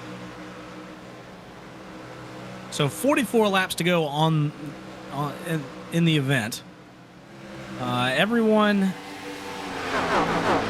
who is inside of the top 12 and everybody who's been on the track the longest have been on the track for 36 laps. Factoring in fuel saving under caution, I'd say these guys can go to about 30 to go, maybe 20 to go. There's been a lot of fuel saving, a lot of cautions, a lot of opportunity for fuel saving, I'll say. Yeah, and I think you're going to see some of those drivers that maybe can go to 20 to go. The 47 of Jamie Ritchie Price and the 70 of Harry Grindell. They pitted on lap 101 on that last caution at 101, and that they could maybe go as far as maybe 15 to go, 10 to go. I don't know if I doubt they'd be able to make it, but I think some of these drivers are going to at least try to go as far as they can, just hoping that a caution will come out at the right time to give them track position. But if you're any of these drivers up in the front here, I think if one of them pits, which I see now, the 52 of Nolan Sanford is in 11th. He just hit pit road. You get another driver or two up in that top 10 that pits. That will make it, very tempting for the top 3 or 4 to pit because right now you're going to kind of more cut it in half as far as where your run is. So we'll see if more pit stops. That 52 would be in 11th after the up and down night he's had. It's not too bad, and going to try to get some tires here and maybe get some track position. Yeah, an excellent rebound there for the 52 of Nolan Sanford. There is now John Daniels, the other driver who has been on those older tires. He now hits pit road as well. That was a 55-lap run for John Daniels for those keeping track at home now as we've got a fight for the third spot. Freilich had a bad exit off of turn number 2. William Schmidt dives it down low. They're going to be side by side through 3 and 4 with Thomas Lewandowski and Kendall Carpenter breathing down their neck as they hit the start-finish line this time. I think Lewandowski wanted to so badly go 3 wide there, but knew that that probably wasn't going to work, maybe end everybody's night. But Freilich did a nice job, though, of holding on to it. Now he's sliding all over the place, and it looked like Schmidt maybe had to check up a little bit, and that's going to set it up for Lewandowski and maybe even Carpenter.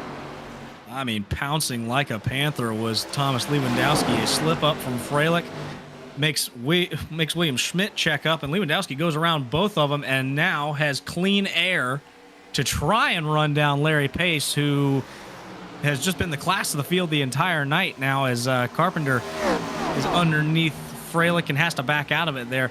Great racing here in the top 5 and 6th.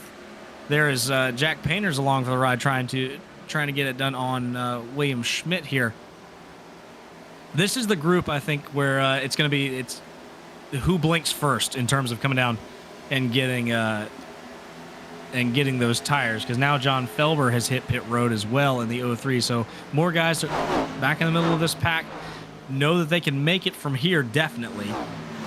Coming and getting those fresh tires. This pack of 5 right here from 2nd to 6th is going to be the who's going to blink first, and it'll be a very interesting 180 mile an hour game of chicken to see who comes and gets tires first. And I think Pace is in such a great spot here too, because he has a 3.5 second lead, even being right now running pretty much identical lap times to Lewandowski, so it's not going to be in jeopardy as far as losing much of that time. So now he basically can just wait to see when everyone else pits and potentially get his tires latest, so that way he has the freshest tires while also being in the lead and not risk losing all that track position if he gets caught on pit road under yellow. So I definitely think the 00 is in the best spot, especially if it goes green to the end, but we'll have to see. I really would love to see one of those top 5 drivers come down, maybe Lewandowski or Carpenter or Freilich even, to come down and pit right now and try to just force everybody else to make a decision as far as when they want to pit, because here Larry Pace, he's going to have to navigate some lap traffic, and that's part of this right now for sure. Carpenter's going to be the first one to hit pit road, and boy howdy was it a hairy entrance into pit road. 4-wheel slide all the way through 3 and 4 to get that car woed up onto pit lane, and he will do so successfully, I believe. So Mark Kendall Carpenter is the first one of the top 5, 6, make it top 10 actually, to come down and get those fresh tires. And now it becomes, how long do these guys out here wait, as well as it to come get rubber, because Lewandowski is going to elect to stay out, and so will everyone else in that front group. Yeah, and I think if Pace stays out for all the way past lap 140, that's definitely going to give Carpenter the opportunity to potentially get the lead at some point in this last run, just because of the pace of the tires are almost 2 seconds faster. So I definitely think we'll see. If you're Pace, you want to maybe run a little bit longer, just because there still are a lot of these drivers in the top 10, top 15 even, that are still on track. So it might make it a little interesting as far as who's going to lead some of the final laps here, to see where they all kind of line up. But now it looks like Tristan Baker, Griffin Jones pitting. I'm interested to also see, because we talked about can some of these drivers go a little bit farther. Could a Jamie Ritchie Price here we see in the 47 potentially go as far as possible here, because got a little extra in the tank? Yeah, having one less pit stop to make, that's a race-winning move potentially there, depending on how long these guys have to go. And I wonder if that's in the back of the minds of Larry Pace and Thomas Lewandowski, who will have to contend with that if Jamie Ritchie Price can, in fact, make it the entire rest of this event. I'm seeing only 37 laps on being run by that 47 car, so it'll be a stretch. But there was a slew of cautions right here in the right before this run, so a lot of opportunity for big squeeze there by the 34. That's Bobby Blowers making his way through. Yeah, Jamie Ritchie Price being very conservative through these turns, not trying to make any mistakes, just trying to run it out as long as he can. You can see it in the driving style there. And big. As I say that, he hits the wall through 3 and 4. This race is a grind. It really is. It'll wear you down. And now we see more in the top 5. We got William Schmidt in the 79, Cole like both coming down pit road on the same lap. We'll see if this brings down Pace or Lewandowski, because now these drivers having their chance to potentially get out there. And here comes Lewandowski, it looks like. Yep, Lewandowski will hit pit road as well. Jack Painter right behind him. Yeah, if I'm Larry Pace, I mean, you've got he had a 3.5, almost 4-second lead prior to this pit. I just want to make sure that I'm the last one to pit after these top 5 guys, or anyone who can catch them. Yeah, the only thing that's scary about that is the idea that, now he's going to have Carpenter probably ahead of him, and potentially, and now it looks like Pace is down. Yep, he's going to pit this time. So at least this time he's not going to have a ton of, really just Carpenter that maybe is going to be able to jump him from pitting early. But otherwise, he's I like this move, even though he's going to spend, he's going to hand the lead over to Gibson here, and Richie Price is still out there. Even if a yellow comes out, he's still in a good spot. So we'll see as he comes and stops in his box here. Larry Pace will slowly make his way down pit road to come receive those 4 fresh tires. As now we look at Kendall Carpenter now, who has those fresh tires already, trying to slice his way back up through this field. He has cycled out to the 11th spot. Will obviously cycle more as this cycle continues. Now we're going to get an idea of where this 00 is going to come back out on track now, as he's just merging now, and he is going to be right in front of Lewandowski and Schmidt, who can see the back bumper of that 00. Can they stay with him with 1 lap older tires? Sometimes 1 lap, Ross, is all the difference you need to go win a race. Yeah, it's going to be tough. The biggest thing now is that the 00's got a lot of traffic here. There's a stack up. Grindell going around. Oh, that's 2 heavy hitters of the evening. Larry Pace in the 00 and Thomas Lewandowski in the 08, both collected in this wreck. Started by I believe that's Szolzewski and Harry Grindell just getting a big stack up there and then collecting the leaders. Yeah, and Lewandowski kind of, I thought, got through there, but then it looked like maybe a late second driver kind of trying to get through there. Just the angle was hard to see as kind of through there trying to navigate it all. Maybe got a little bit of damage, or at least had something happen there. But yeah, we'll have to see the replay what happened. I think Larry Pace was in a spot where you gotta go. You feel the pressure of Lewandowski behind you. You know that you may have a little bit of fresher tires, but you don't want them having the opportunity to get to you, and just had a lot of lap traffic here. Yeah, Lewandowski big impact there. There's just nowhere to go as Lewandowski goes right into the back of Larry Pace, sends him spinning up into the outside wall. Heavy damage for both of those drivers here. And you want to talk about somebody who's now in the catbird seat. Kendall Carpenter, the only driver who was not who was in that pack of leaders there prior to the pit cycle. This close moment there for I believe that's Chris Pervalaricus, just missing the 08 of Lewandowski there. But this puts Kendall Carpenter in a great spot, as he will, I believe he will have. I'm just looking at these tires. He's coming down. He's there. We see him, show him here on pit road. It looks like so.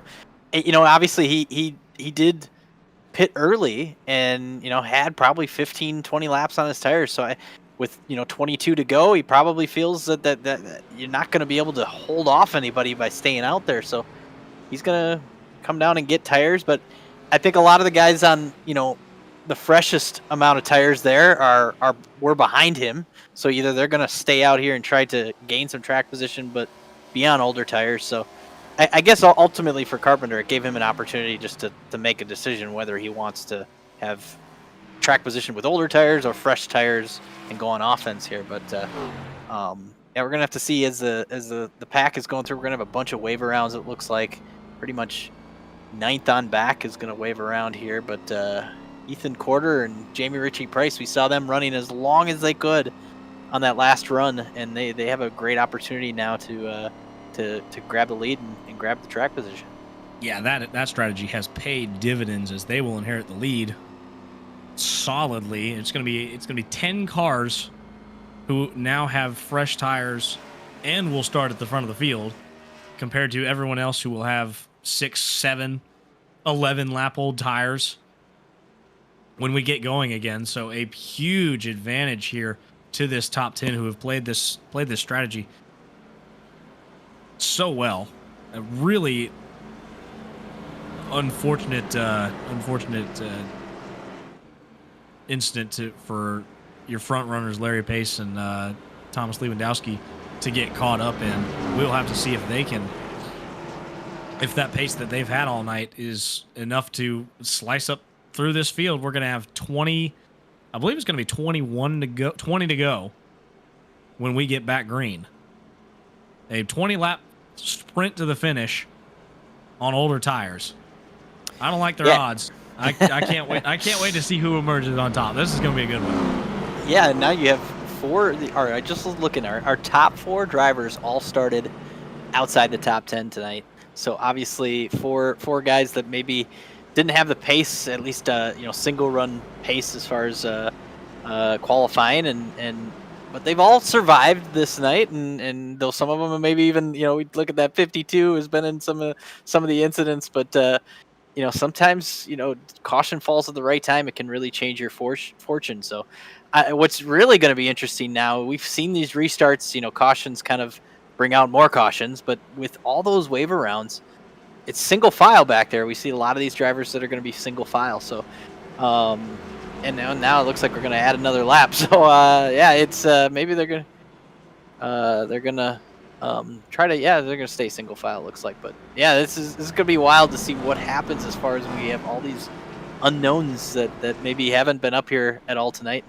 And I still think that you said it on that last caution when it came out that it sets Carpenter up. I still think Carpenter has a great shot. And that extra pace lap is not what anybody back behind this group of outside of the top 10 really wanted to see. Anybody who's trying to make their way back up to the front, because that's one less lap that they have to try and go to work on this top 10 here to get back up in contention for this win. So really, your top 10 now, anybody can win it. And look at old Mo Perry up in there after the night that he's had.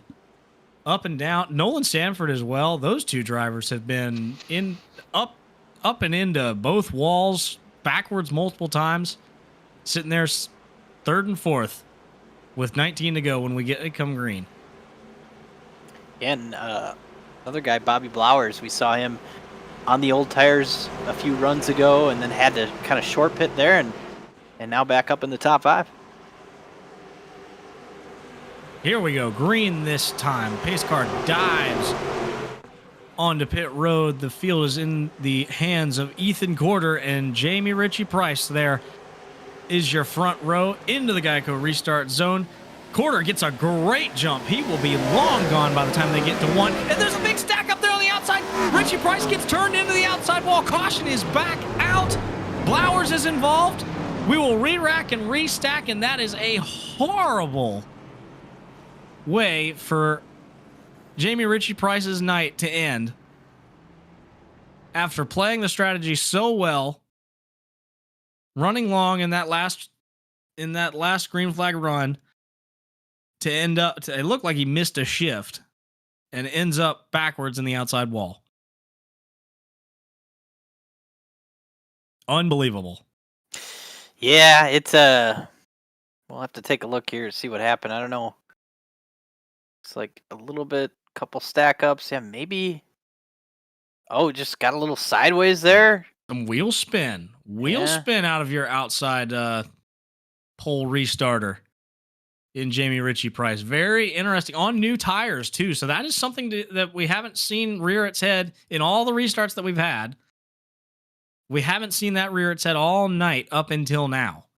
Ritchie Price just really trying to get on that gas, and there was not enough grip in those tires. These cars do have a lot of horsepower, and the wheel spin took him right in the outside wall. Yeah, and I feel bad for him because there's nothing more nothing harder than running basically mid pack all night. Just that's where he was, trying to gain track position. And the restarts when you're running mid pack, it's a totally different game than starting on the front row. So you get no practice when you have to restart here with less than 20 to go. It's not a fun place to be. So I'm surprised more people don't make mistakes like that. So I don't blame them at all. It's sometimes that happens, but unfortunately, it had such a great strategy that played out there to get that top 5. It would have been nice to see if he could have turned that into a great finish, but unfortunately, it gets turned around and is gonna at least have to restart towards the back now.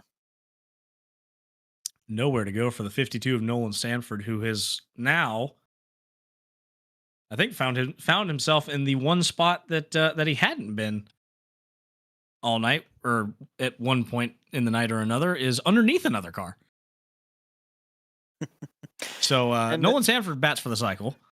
Ultimately, still going to have a shot here because he's in the top 5 yet.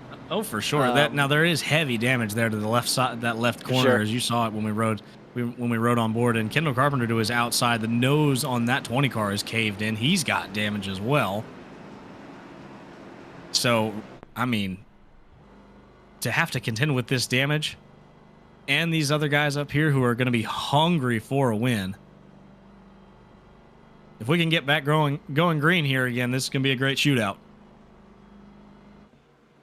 Yeah, and a lot of drivers, like you say, hungry for a win. A lot of drivers that maybe don't have the opportunity all the time to contend for wins here. So why not go for it and maybe even drive a little bit more aggressively than you do all year. So we'll see. It'll be I'm really interested to see what Ethan Corder could do if we get going green here. I mean, it's just been kind of a quiet night. Mo Perry obviously is fast at times. I think he's got a shot here, and we'll see what if the 52 and the 20 can run up here with their damage. Ethan Corder leads the field back down into the restart zone. Green flag is back out. He's going to have another great restart here as Mo Perry's going to be left contending with Nolan Sanford and Kendall Carpenter breathing down his neck there. They're going to go too wide there in the outside lane. The field cycles back and snakes away. Sanford. Oh, and there's cars around in the back. The 51's around. I believe that's Bobby Blazer gets turned around into the outside wall and is now slowly driving backwards down the back straightaway. The 34, the other Bobby Blowers, also backwards and gets it righted going again. And another caution flag, another chance to rack him and stack him. As now Larry Pace, it looks like he was involved in this one as well. He has already brought that car down and towed to pit road, so Larry Pace will not be going 3 for 3 tonight. Heavy contact there, and I think we're starting to see a pattern emerge, Ross. This might be a war of attrition all the way down to the end. Yeah, and it's so tough when now you have these drivers that maybe have some extra tires. They feel like, okay, well, here's my chance to at least maybe salvage my finish and try to go grab a set of tires late and maybe gain some spots. We've seen it throughout the night. you can move up through the field if you get a long green flag run and you're patient. Well, that's really tough when there's less than 20 laps to go. So it's one of those things that it seems so inviting to take some chances and try to get up through the field, but it's also so tough on these restarts to get going. Yeah, we're not going to have a long green flag run to the end at all. It's going to be at this point a 10 lap shootout, 9 lap shootout if we can get going here. Soon we're at 13 to go right now, so probably make it 11 laps to go. But I think, barring a crazy incident, your winner for the night is probably coming in the shot. Going to be in this crop of drivers that's in the shot right now. I think that top 4 there is your that's where the winner's going to come from. Be it Ethan Corder, Mo Perry, Kendall Carpenter with damage, and Isaac Johnson. I think that's your 4. Yeah, I would have to agree with you, but I also know that if any of them are into an incident, you could have some new players show up towards the front. So, yeah, I think that it's one of those things that Corder's done such a great job so far the last couple restarts that if we do get going green, he might be able to just maintain the lead enough to have a chance to win this thing, which would be pretty cool to just see how that strategy worked out. Kind of a little bit of a Hail Mary to stay out, and some of these drivers that got that track position. But I guess of the drivers that were maybe some of the front runners earlier in this race, we have Freilich and Schmidt are now looks like row 4 there. So maybe you could see if C's part, they get an opportunity to gain a couple spots early.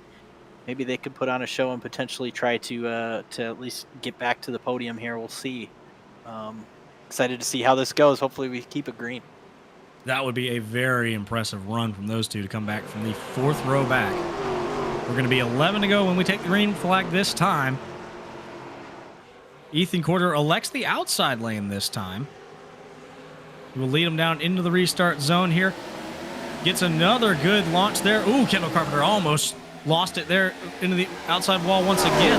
Isaac Johnson's going to get through. Mo Perry did not have a good restart. So now it's a 2-car battle with Isaac Johnson bearing down on Ethan Corder. They're fired down the back straightaway. The field sorts it out. We stay green.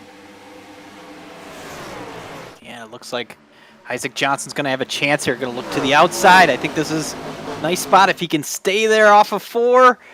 Nice job by Corder to give him the room, and he's going to get clear and keep Johnson behind him. Excellent driving by these two, as now Freilich has moved himself into the top 4 now. He's gotten by Mo Perry, and William Schmidt's looking to follow through as well.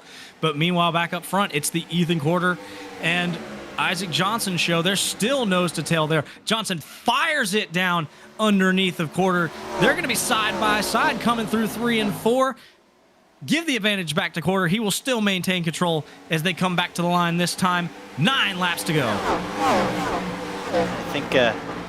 I think if you're Johnson, you see in 3 and 4 he's able to find a couple different ways to maybe try to get a little bit of a run. You're gonna have to be side by side down one of these straightaways, I think. Oh, caution flag is out. I don't see any cars stopped at the 52. Nolan Sanford is slow on the back straightaway. And the 24 of Marty Farrell stopped at the entrance of turn number 3. I remember Sanford restarted in the top 5 there, and see he was running 10th when the caution came out here. So not too bad as far as we'll see what happened to him, but was at least we saw him up in that top 5. He had the damage from a caution or two ago, so maybe moving back a little bit there and got caught up in something here. We'll have to take a look. Yeah, you have to feel for Nolan Sanford. A true roller coaster night. And it looks like it's gonna end up in the outside wall there and just can't get out of it. And once he does, he's along for the ride. Whoa, wow. Contact with the 97 of... That's Jack Painter there, who rode that wall. And then, wow, the 24. Bobby Blazer got by. Just one of the knights of all time for Nolan Sanford for sure, as he has now retired the vehicle and he will finish outside of the top 20. Well, just looking back here, just to make sure we're some of the stats that are in this OSRL series has been around for 10 plus seasons. Isaac Johnson's been a long time racer in this series, 106 starts, and still looking for win number 1. So it'd be really interesting to see if a long-time driver in this series can get that win. Otherwise, Coulter at least has had a couple victories, but a couple drivers that maybe we didn't think had the top chances to win tonight, or at least have a chance here. Yeah, those 3 drivers there sitting 3rd, 4th, and 5th, they have a habit of finding their way towards the front at the end of these things, be it hell or high water. That's Kendall Carpenter, Cole Freilich, and William Schmidt. And now that the pack's all restacked, that's going to be 3 drivers that are going to be shot out of a cannon going after Ethan Corder and Isaac Johnson. If they can hold them off, it would be a impressive effort by those 2 drivers up there. Either one of them to emerge with a victory would be I'm sure a welcome sight in the OSRL series. I think not that they would do this because obviously you're racing each other, but I think that their best opportunity is if they're side by side through 1 and 2. If they get single file out, I think it's going to be really easy for Freilich or Carpenter to take whoever's in second place and potentially race with them. And then that gives that lead driver maybe an opportunity to try to get away. But I think if these 2 can kind of stay together and not, like I said, I don't think they're going to try that because they obviously want to dispose of one another real quickly if they can. But it's going to be interesting to see if they can hold off some of the faster drivers in the series. But I don't know. They're giving each other a run there on that last run. Want to see what happens here. Going to be a 5-lap dash to the finish here. Ethan Corder's away. Ooh, Isaac Johnson spun the wheels there. Contact. He's going to go backwards in a hurry now as Freilich gets around, Carpenter gets around, and Steven Gibson is quite literally going around. Caution flag is out. Yeah, I don't know what happened there with Isaac Johnson. It almost looked like he was out of gas. I was like, the way he was even kind of swerving around, just lost all of his speed there. I don't know what happened, but it really did. Yeah, you're right, Ross. It just, could not get that thing hooked up and going. And I doubt that he was actually out of gas because he's not pitting right now, so maybe just spun the tires and just couldn't get the grip back. Or yep, you see 1 spin there, 2 spin, got lifted up off of there, and then it just never looks like he got hooked up. Yeah, and then John Daniels into the back of Steven Gibson there is what brings it out, and Isaac Johnson almost got involved in that too. Yeah, just kind of stacked everybody up and pushed them all back a little bit, and then more damage within the mid pack there because of it, but right along with Isaac Johnson here.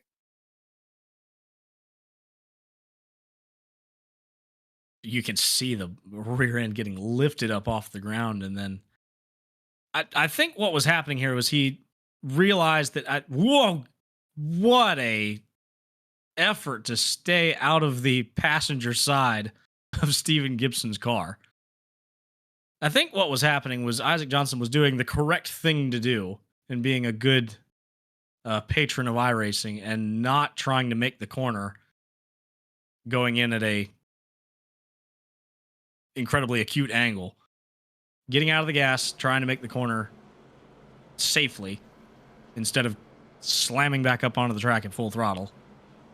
So I'm gonna give him the benefit of the doubt on that one and say good job, Isaac, for not causing something that would have been an absolute yard sale.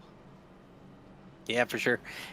So now I'm looking at just kind of our drivers up here trying to compete for a win. If you recall, Cole Freilich, our defending champion of OSR, won the series last year without a win.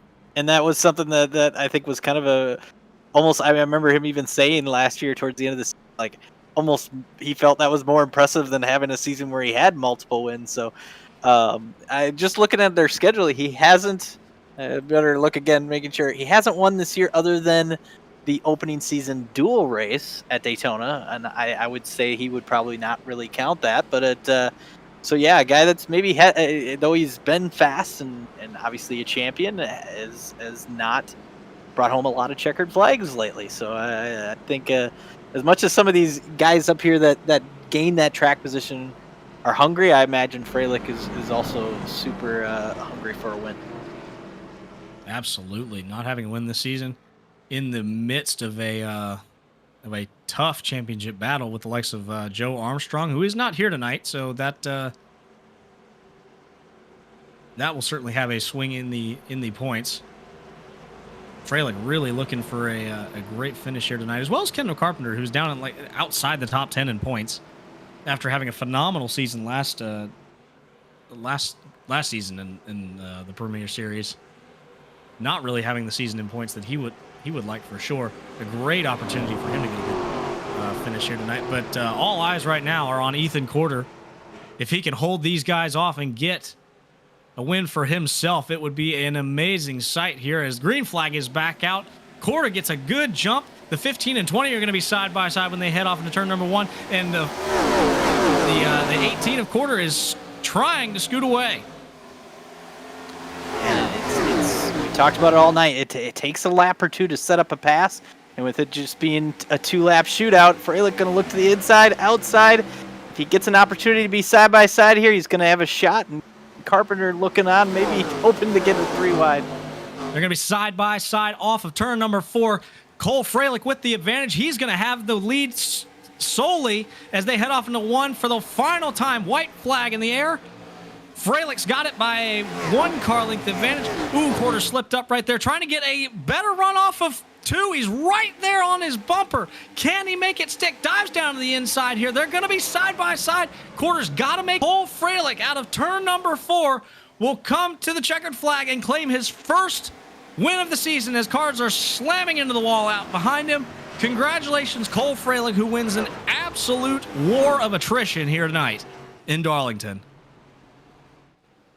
Yeah, and you can hear him shouting on the driver chat. He's pumped. A guy, that constantly has opportunities to win, and like we said, just hasn't been able to, even though he's been the defending champ of this series. So finally getting to victory lane, and yeah, you can see everybody kind of congratulating him in the 15. He just survived the whole night, though he wasn't maybe the fastest on speed early on in the race. He wasn't a guy that was in a lot of incidents. He basically just kind of got put in different situations based on the strategy, but was able to get back up there and contend for the win. Nice job by Ethan Corder to put up that fight and go for it. That was a really great battle, and I thought it was really awesome to see them trying to, it kind of jacked them up going down the backstretch, but wasn't able to get close enough in 3 and 4.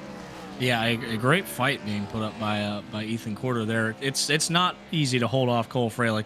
We mentioned how good he is in this series, despite not having a win up until now. But one of the hardest drivers to hold off in Cole Freilich there, and Ethan Corder did a great job all the way up, right to the end. So a well-deserved second place finish for Corder, and then Kendall Carpenter brings it home in the 3rd position. That's really going to help him out in the points when all is tallied back up after we get post-race proceedings done and taken care of here, as Cole Freilich continues to burn it down there with your sponsor, I believe, the 01. Trey Payton there, yeah. Trey You getting there. some extra sponsor time for tonight's race.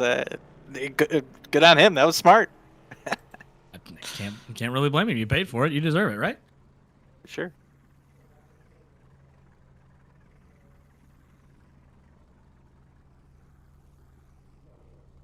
As we wait for our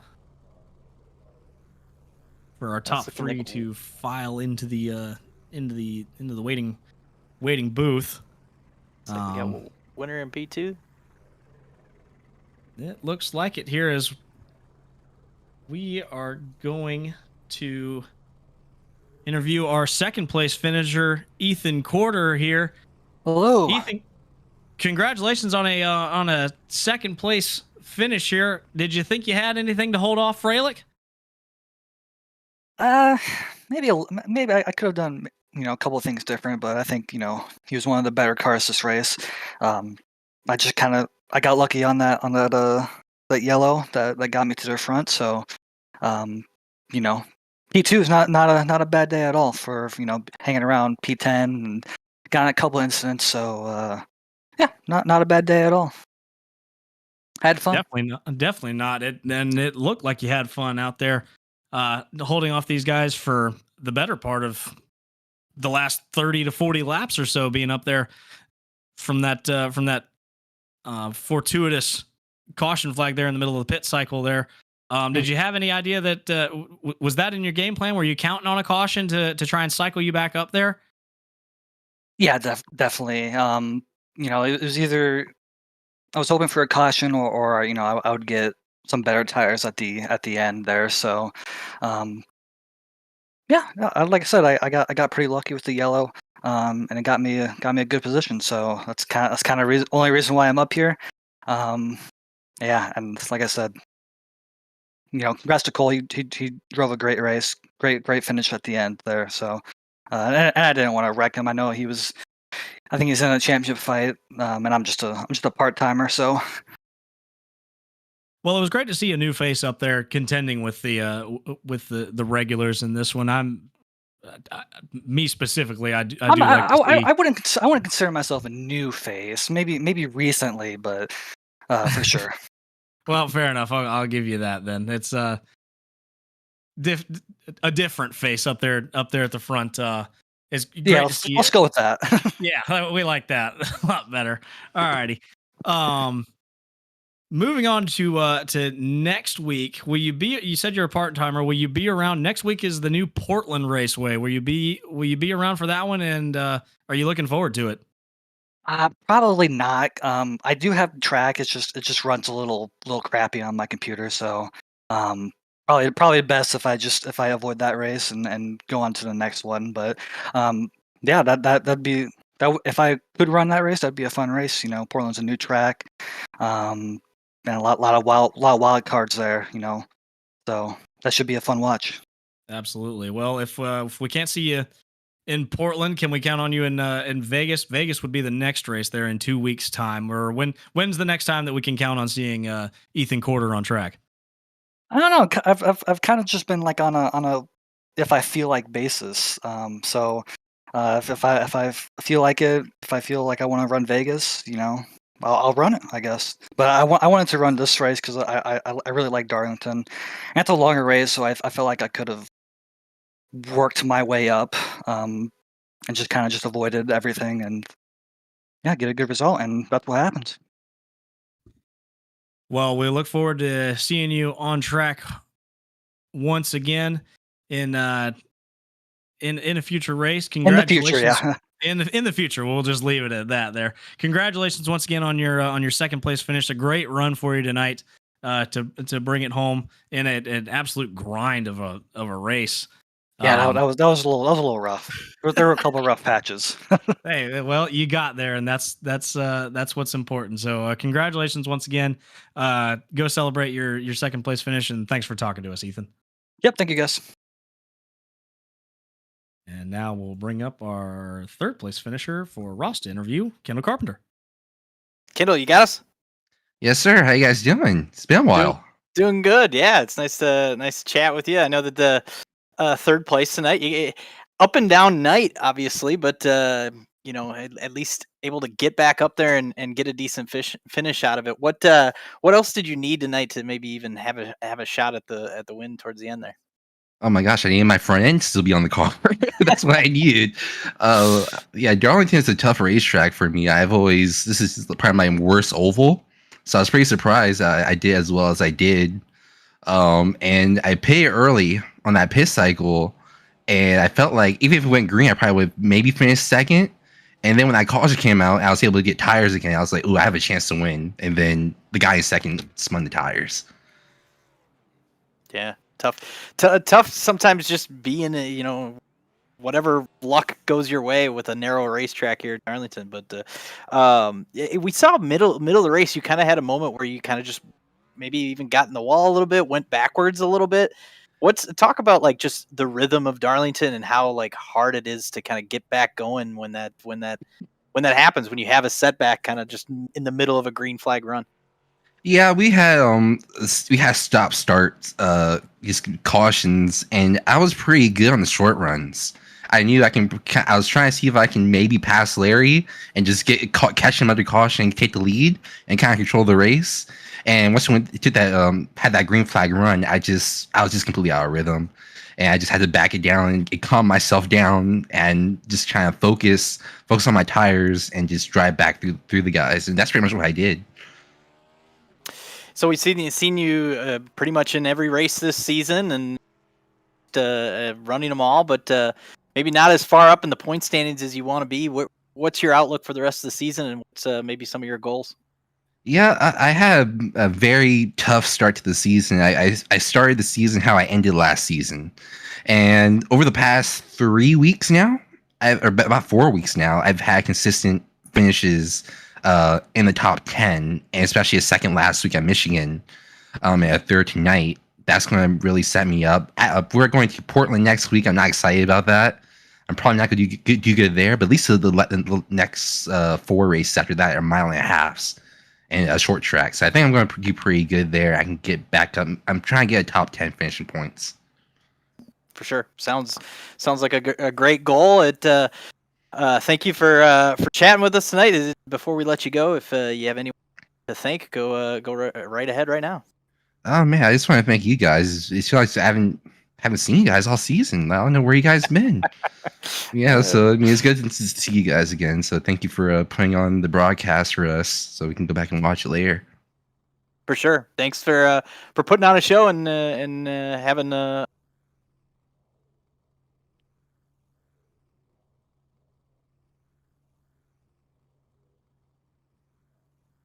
And that was your third place finisher, Kendall Carpenter. And now we will bring in, for the first time in just under a year, winning a points-paying race, Cole Freilich, your winner here tonight in Darlington.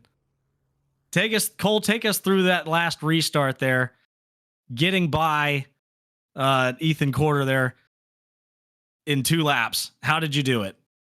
Well, all I gotta say is I love South Carolina, baby. Oh my god, dude. I told myself I was gonna drive it off into one. Literally, the Days of Thunder quote: "You can drive it off in there, hold it wide open, and it'll stick." I didn't have staggered tires, or match perfect staggered tires, but damn it, I wanted that. I mean,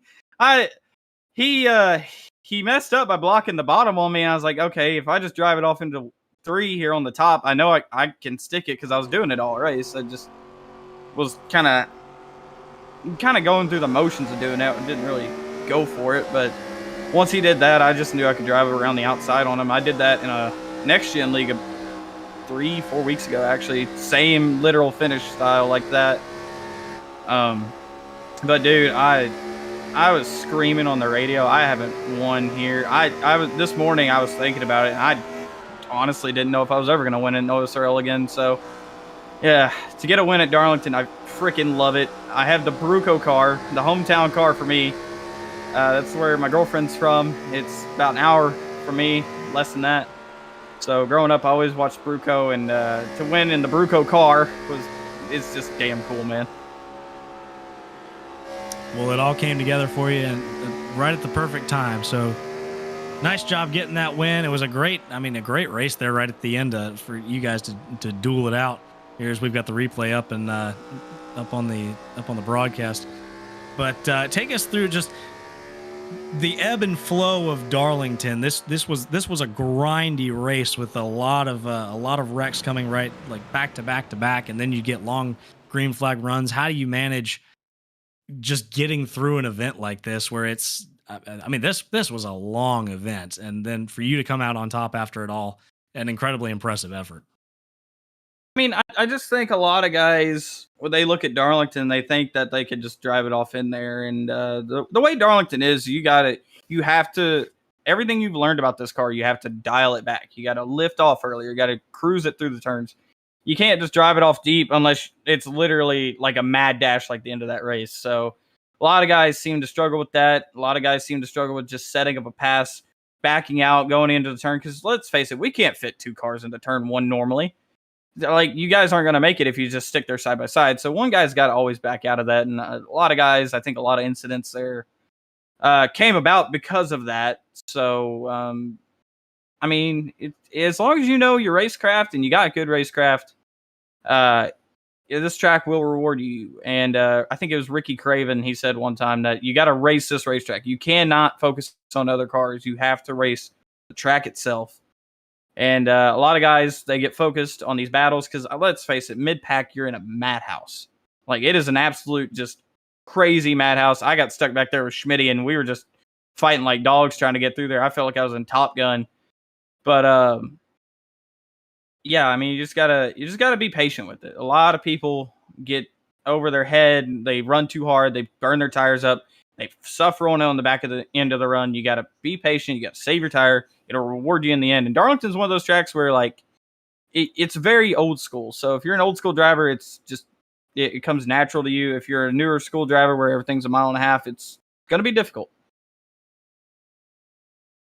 It definitely one that takes a lot of effort, and we were echoing that Ricky Craven sentiment there. You got to race the racetrack. We were echoing that up in the booth all night long. And so a great mentality, a great way to tackle this, the lady in black here.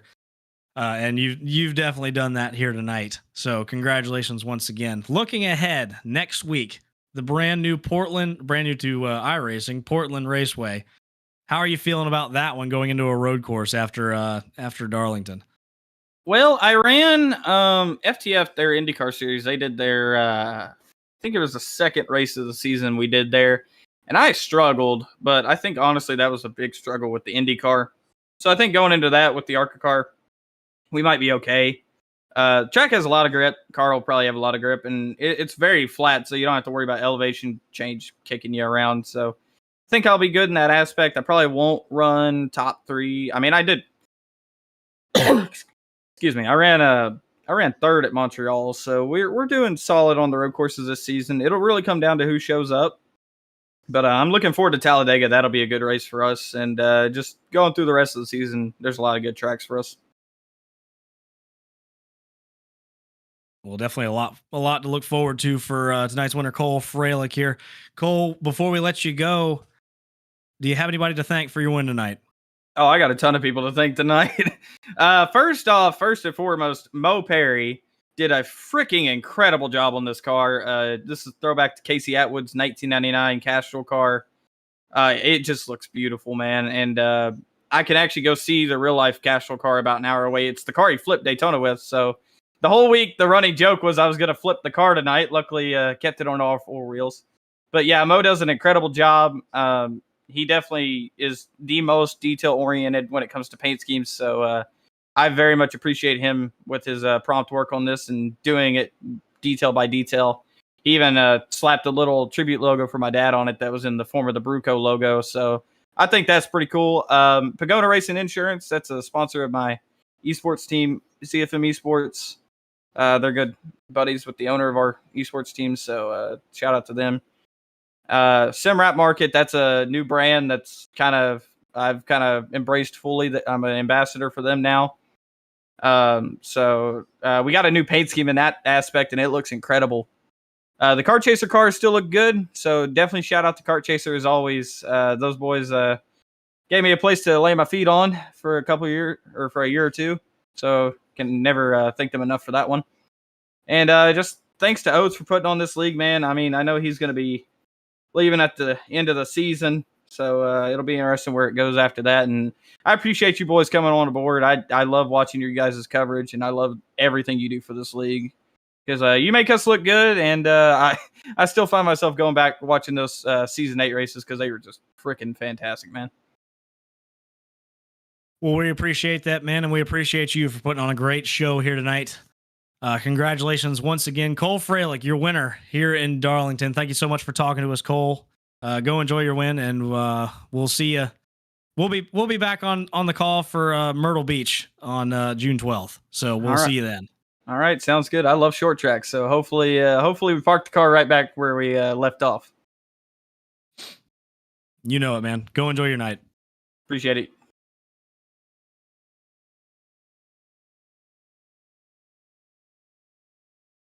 And that wraps up our interviews. We'll take one more spin through your finishing order here tonight. Cole Freilich, we just talked to him. He comes home in the first spot. Ethan Corder, a very valiant effort to come home in second. Just couldn't hold off the 15 of Cole Freilich.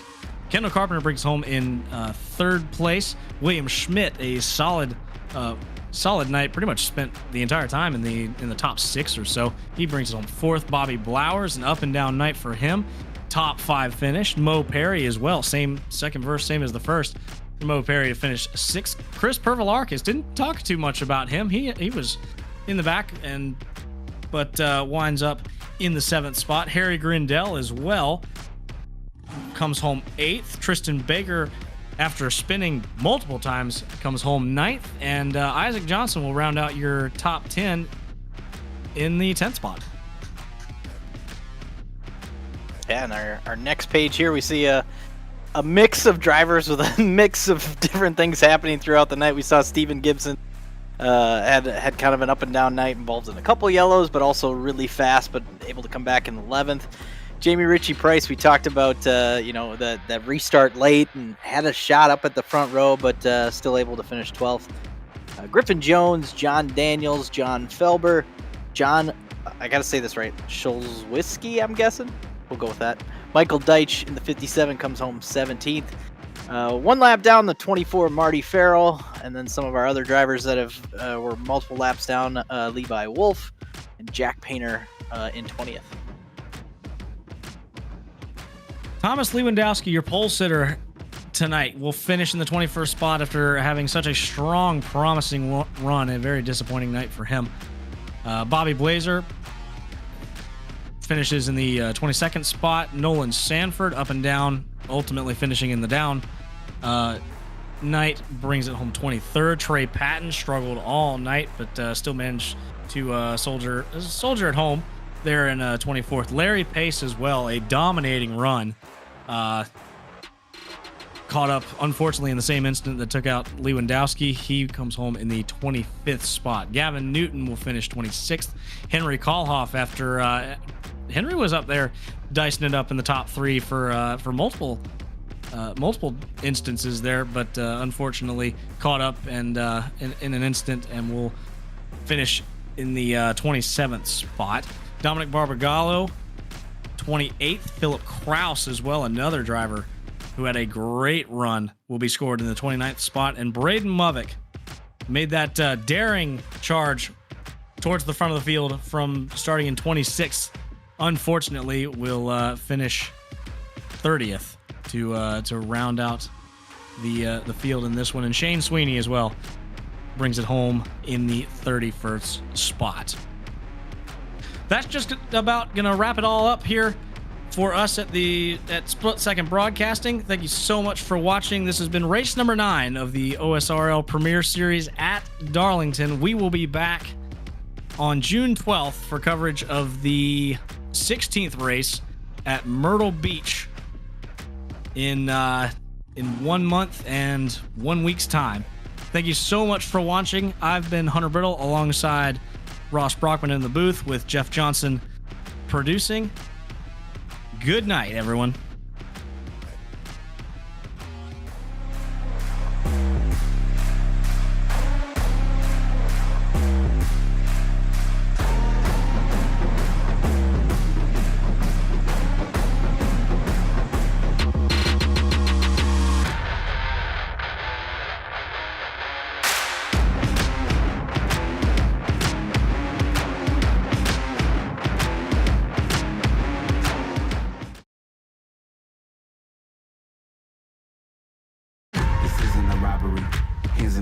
You gotta drink. Learn nothing was blocking me. I was the problem, the only one stopping me. I didn't like it, I had to refocus. Now I'm devoted, I know where I'm going. Controlling emotions, I'm owning the moment. In order to get it, see, you gotta want it. Don't make a living break. Confessions over these 808s. Don't sleep on the key, better stay away. I mean, for heaven's sake, I'ma be the best. Came from the endless lane walk games, miss you with the chest. Beating on my chest, trying to get my rest. Watch me while I flex. Every win is a blessing, and every L is a lesson. So when I run into rejection, I know it's only redirection. I see the blessings right beside me. It's just as important and likely. I do it like I'm in my Nikes. Don't make excuses, they never excite me. Quitting was never an option.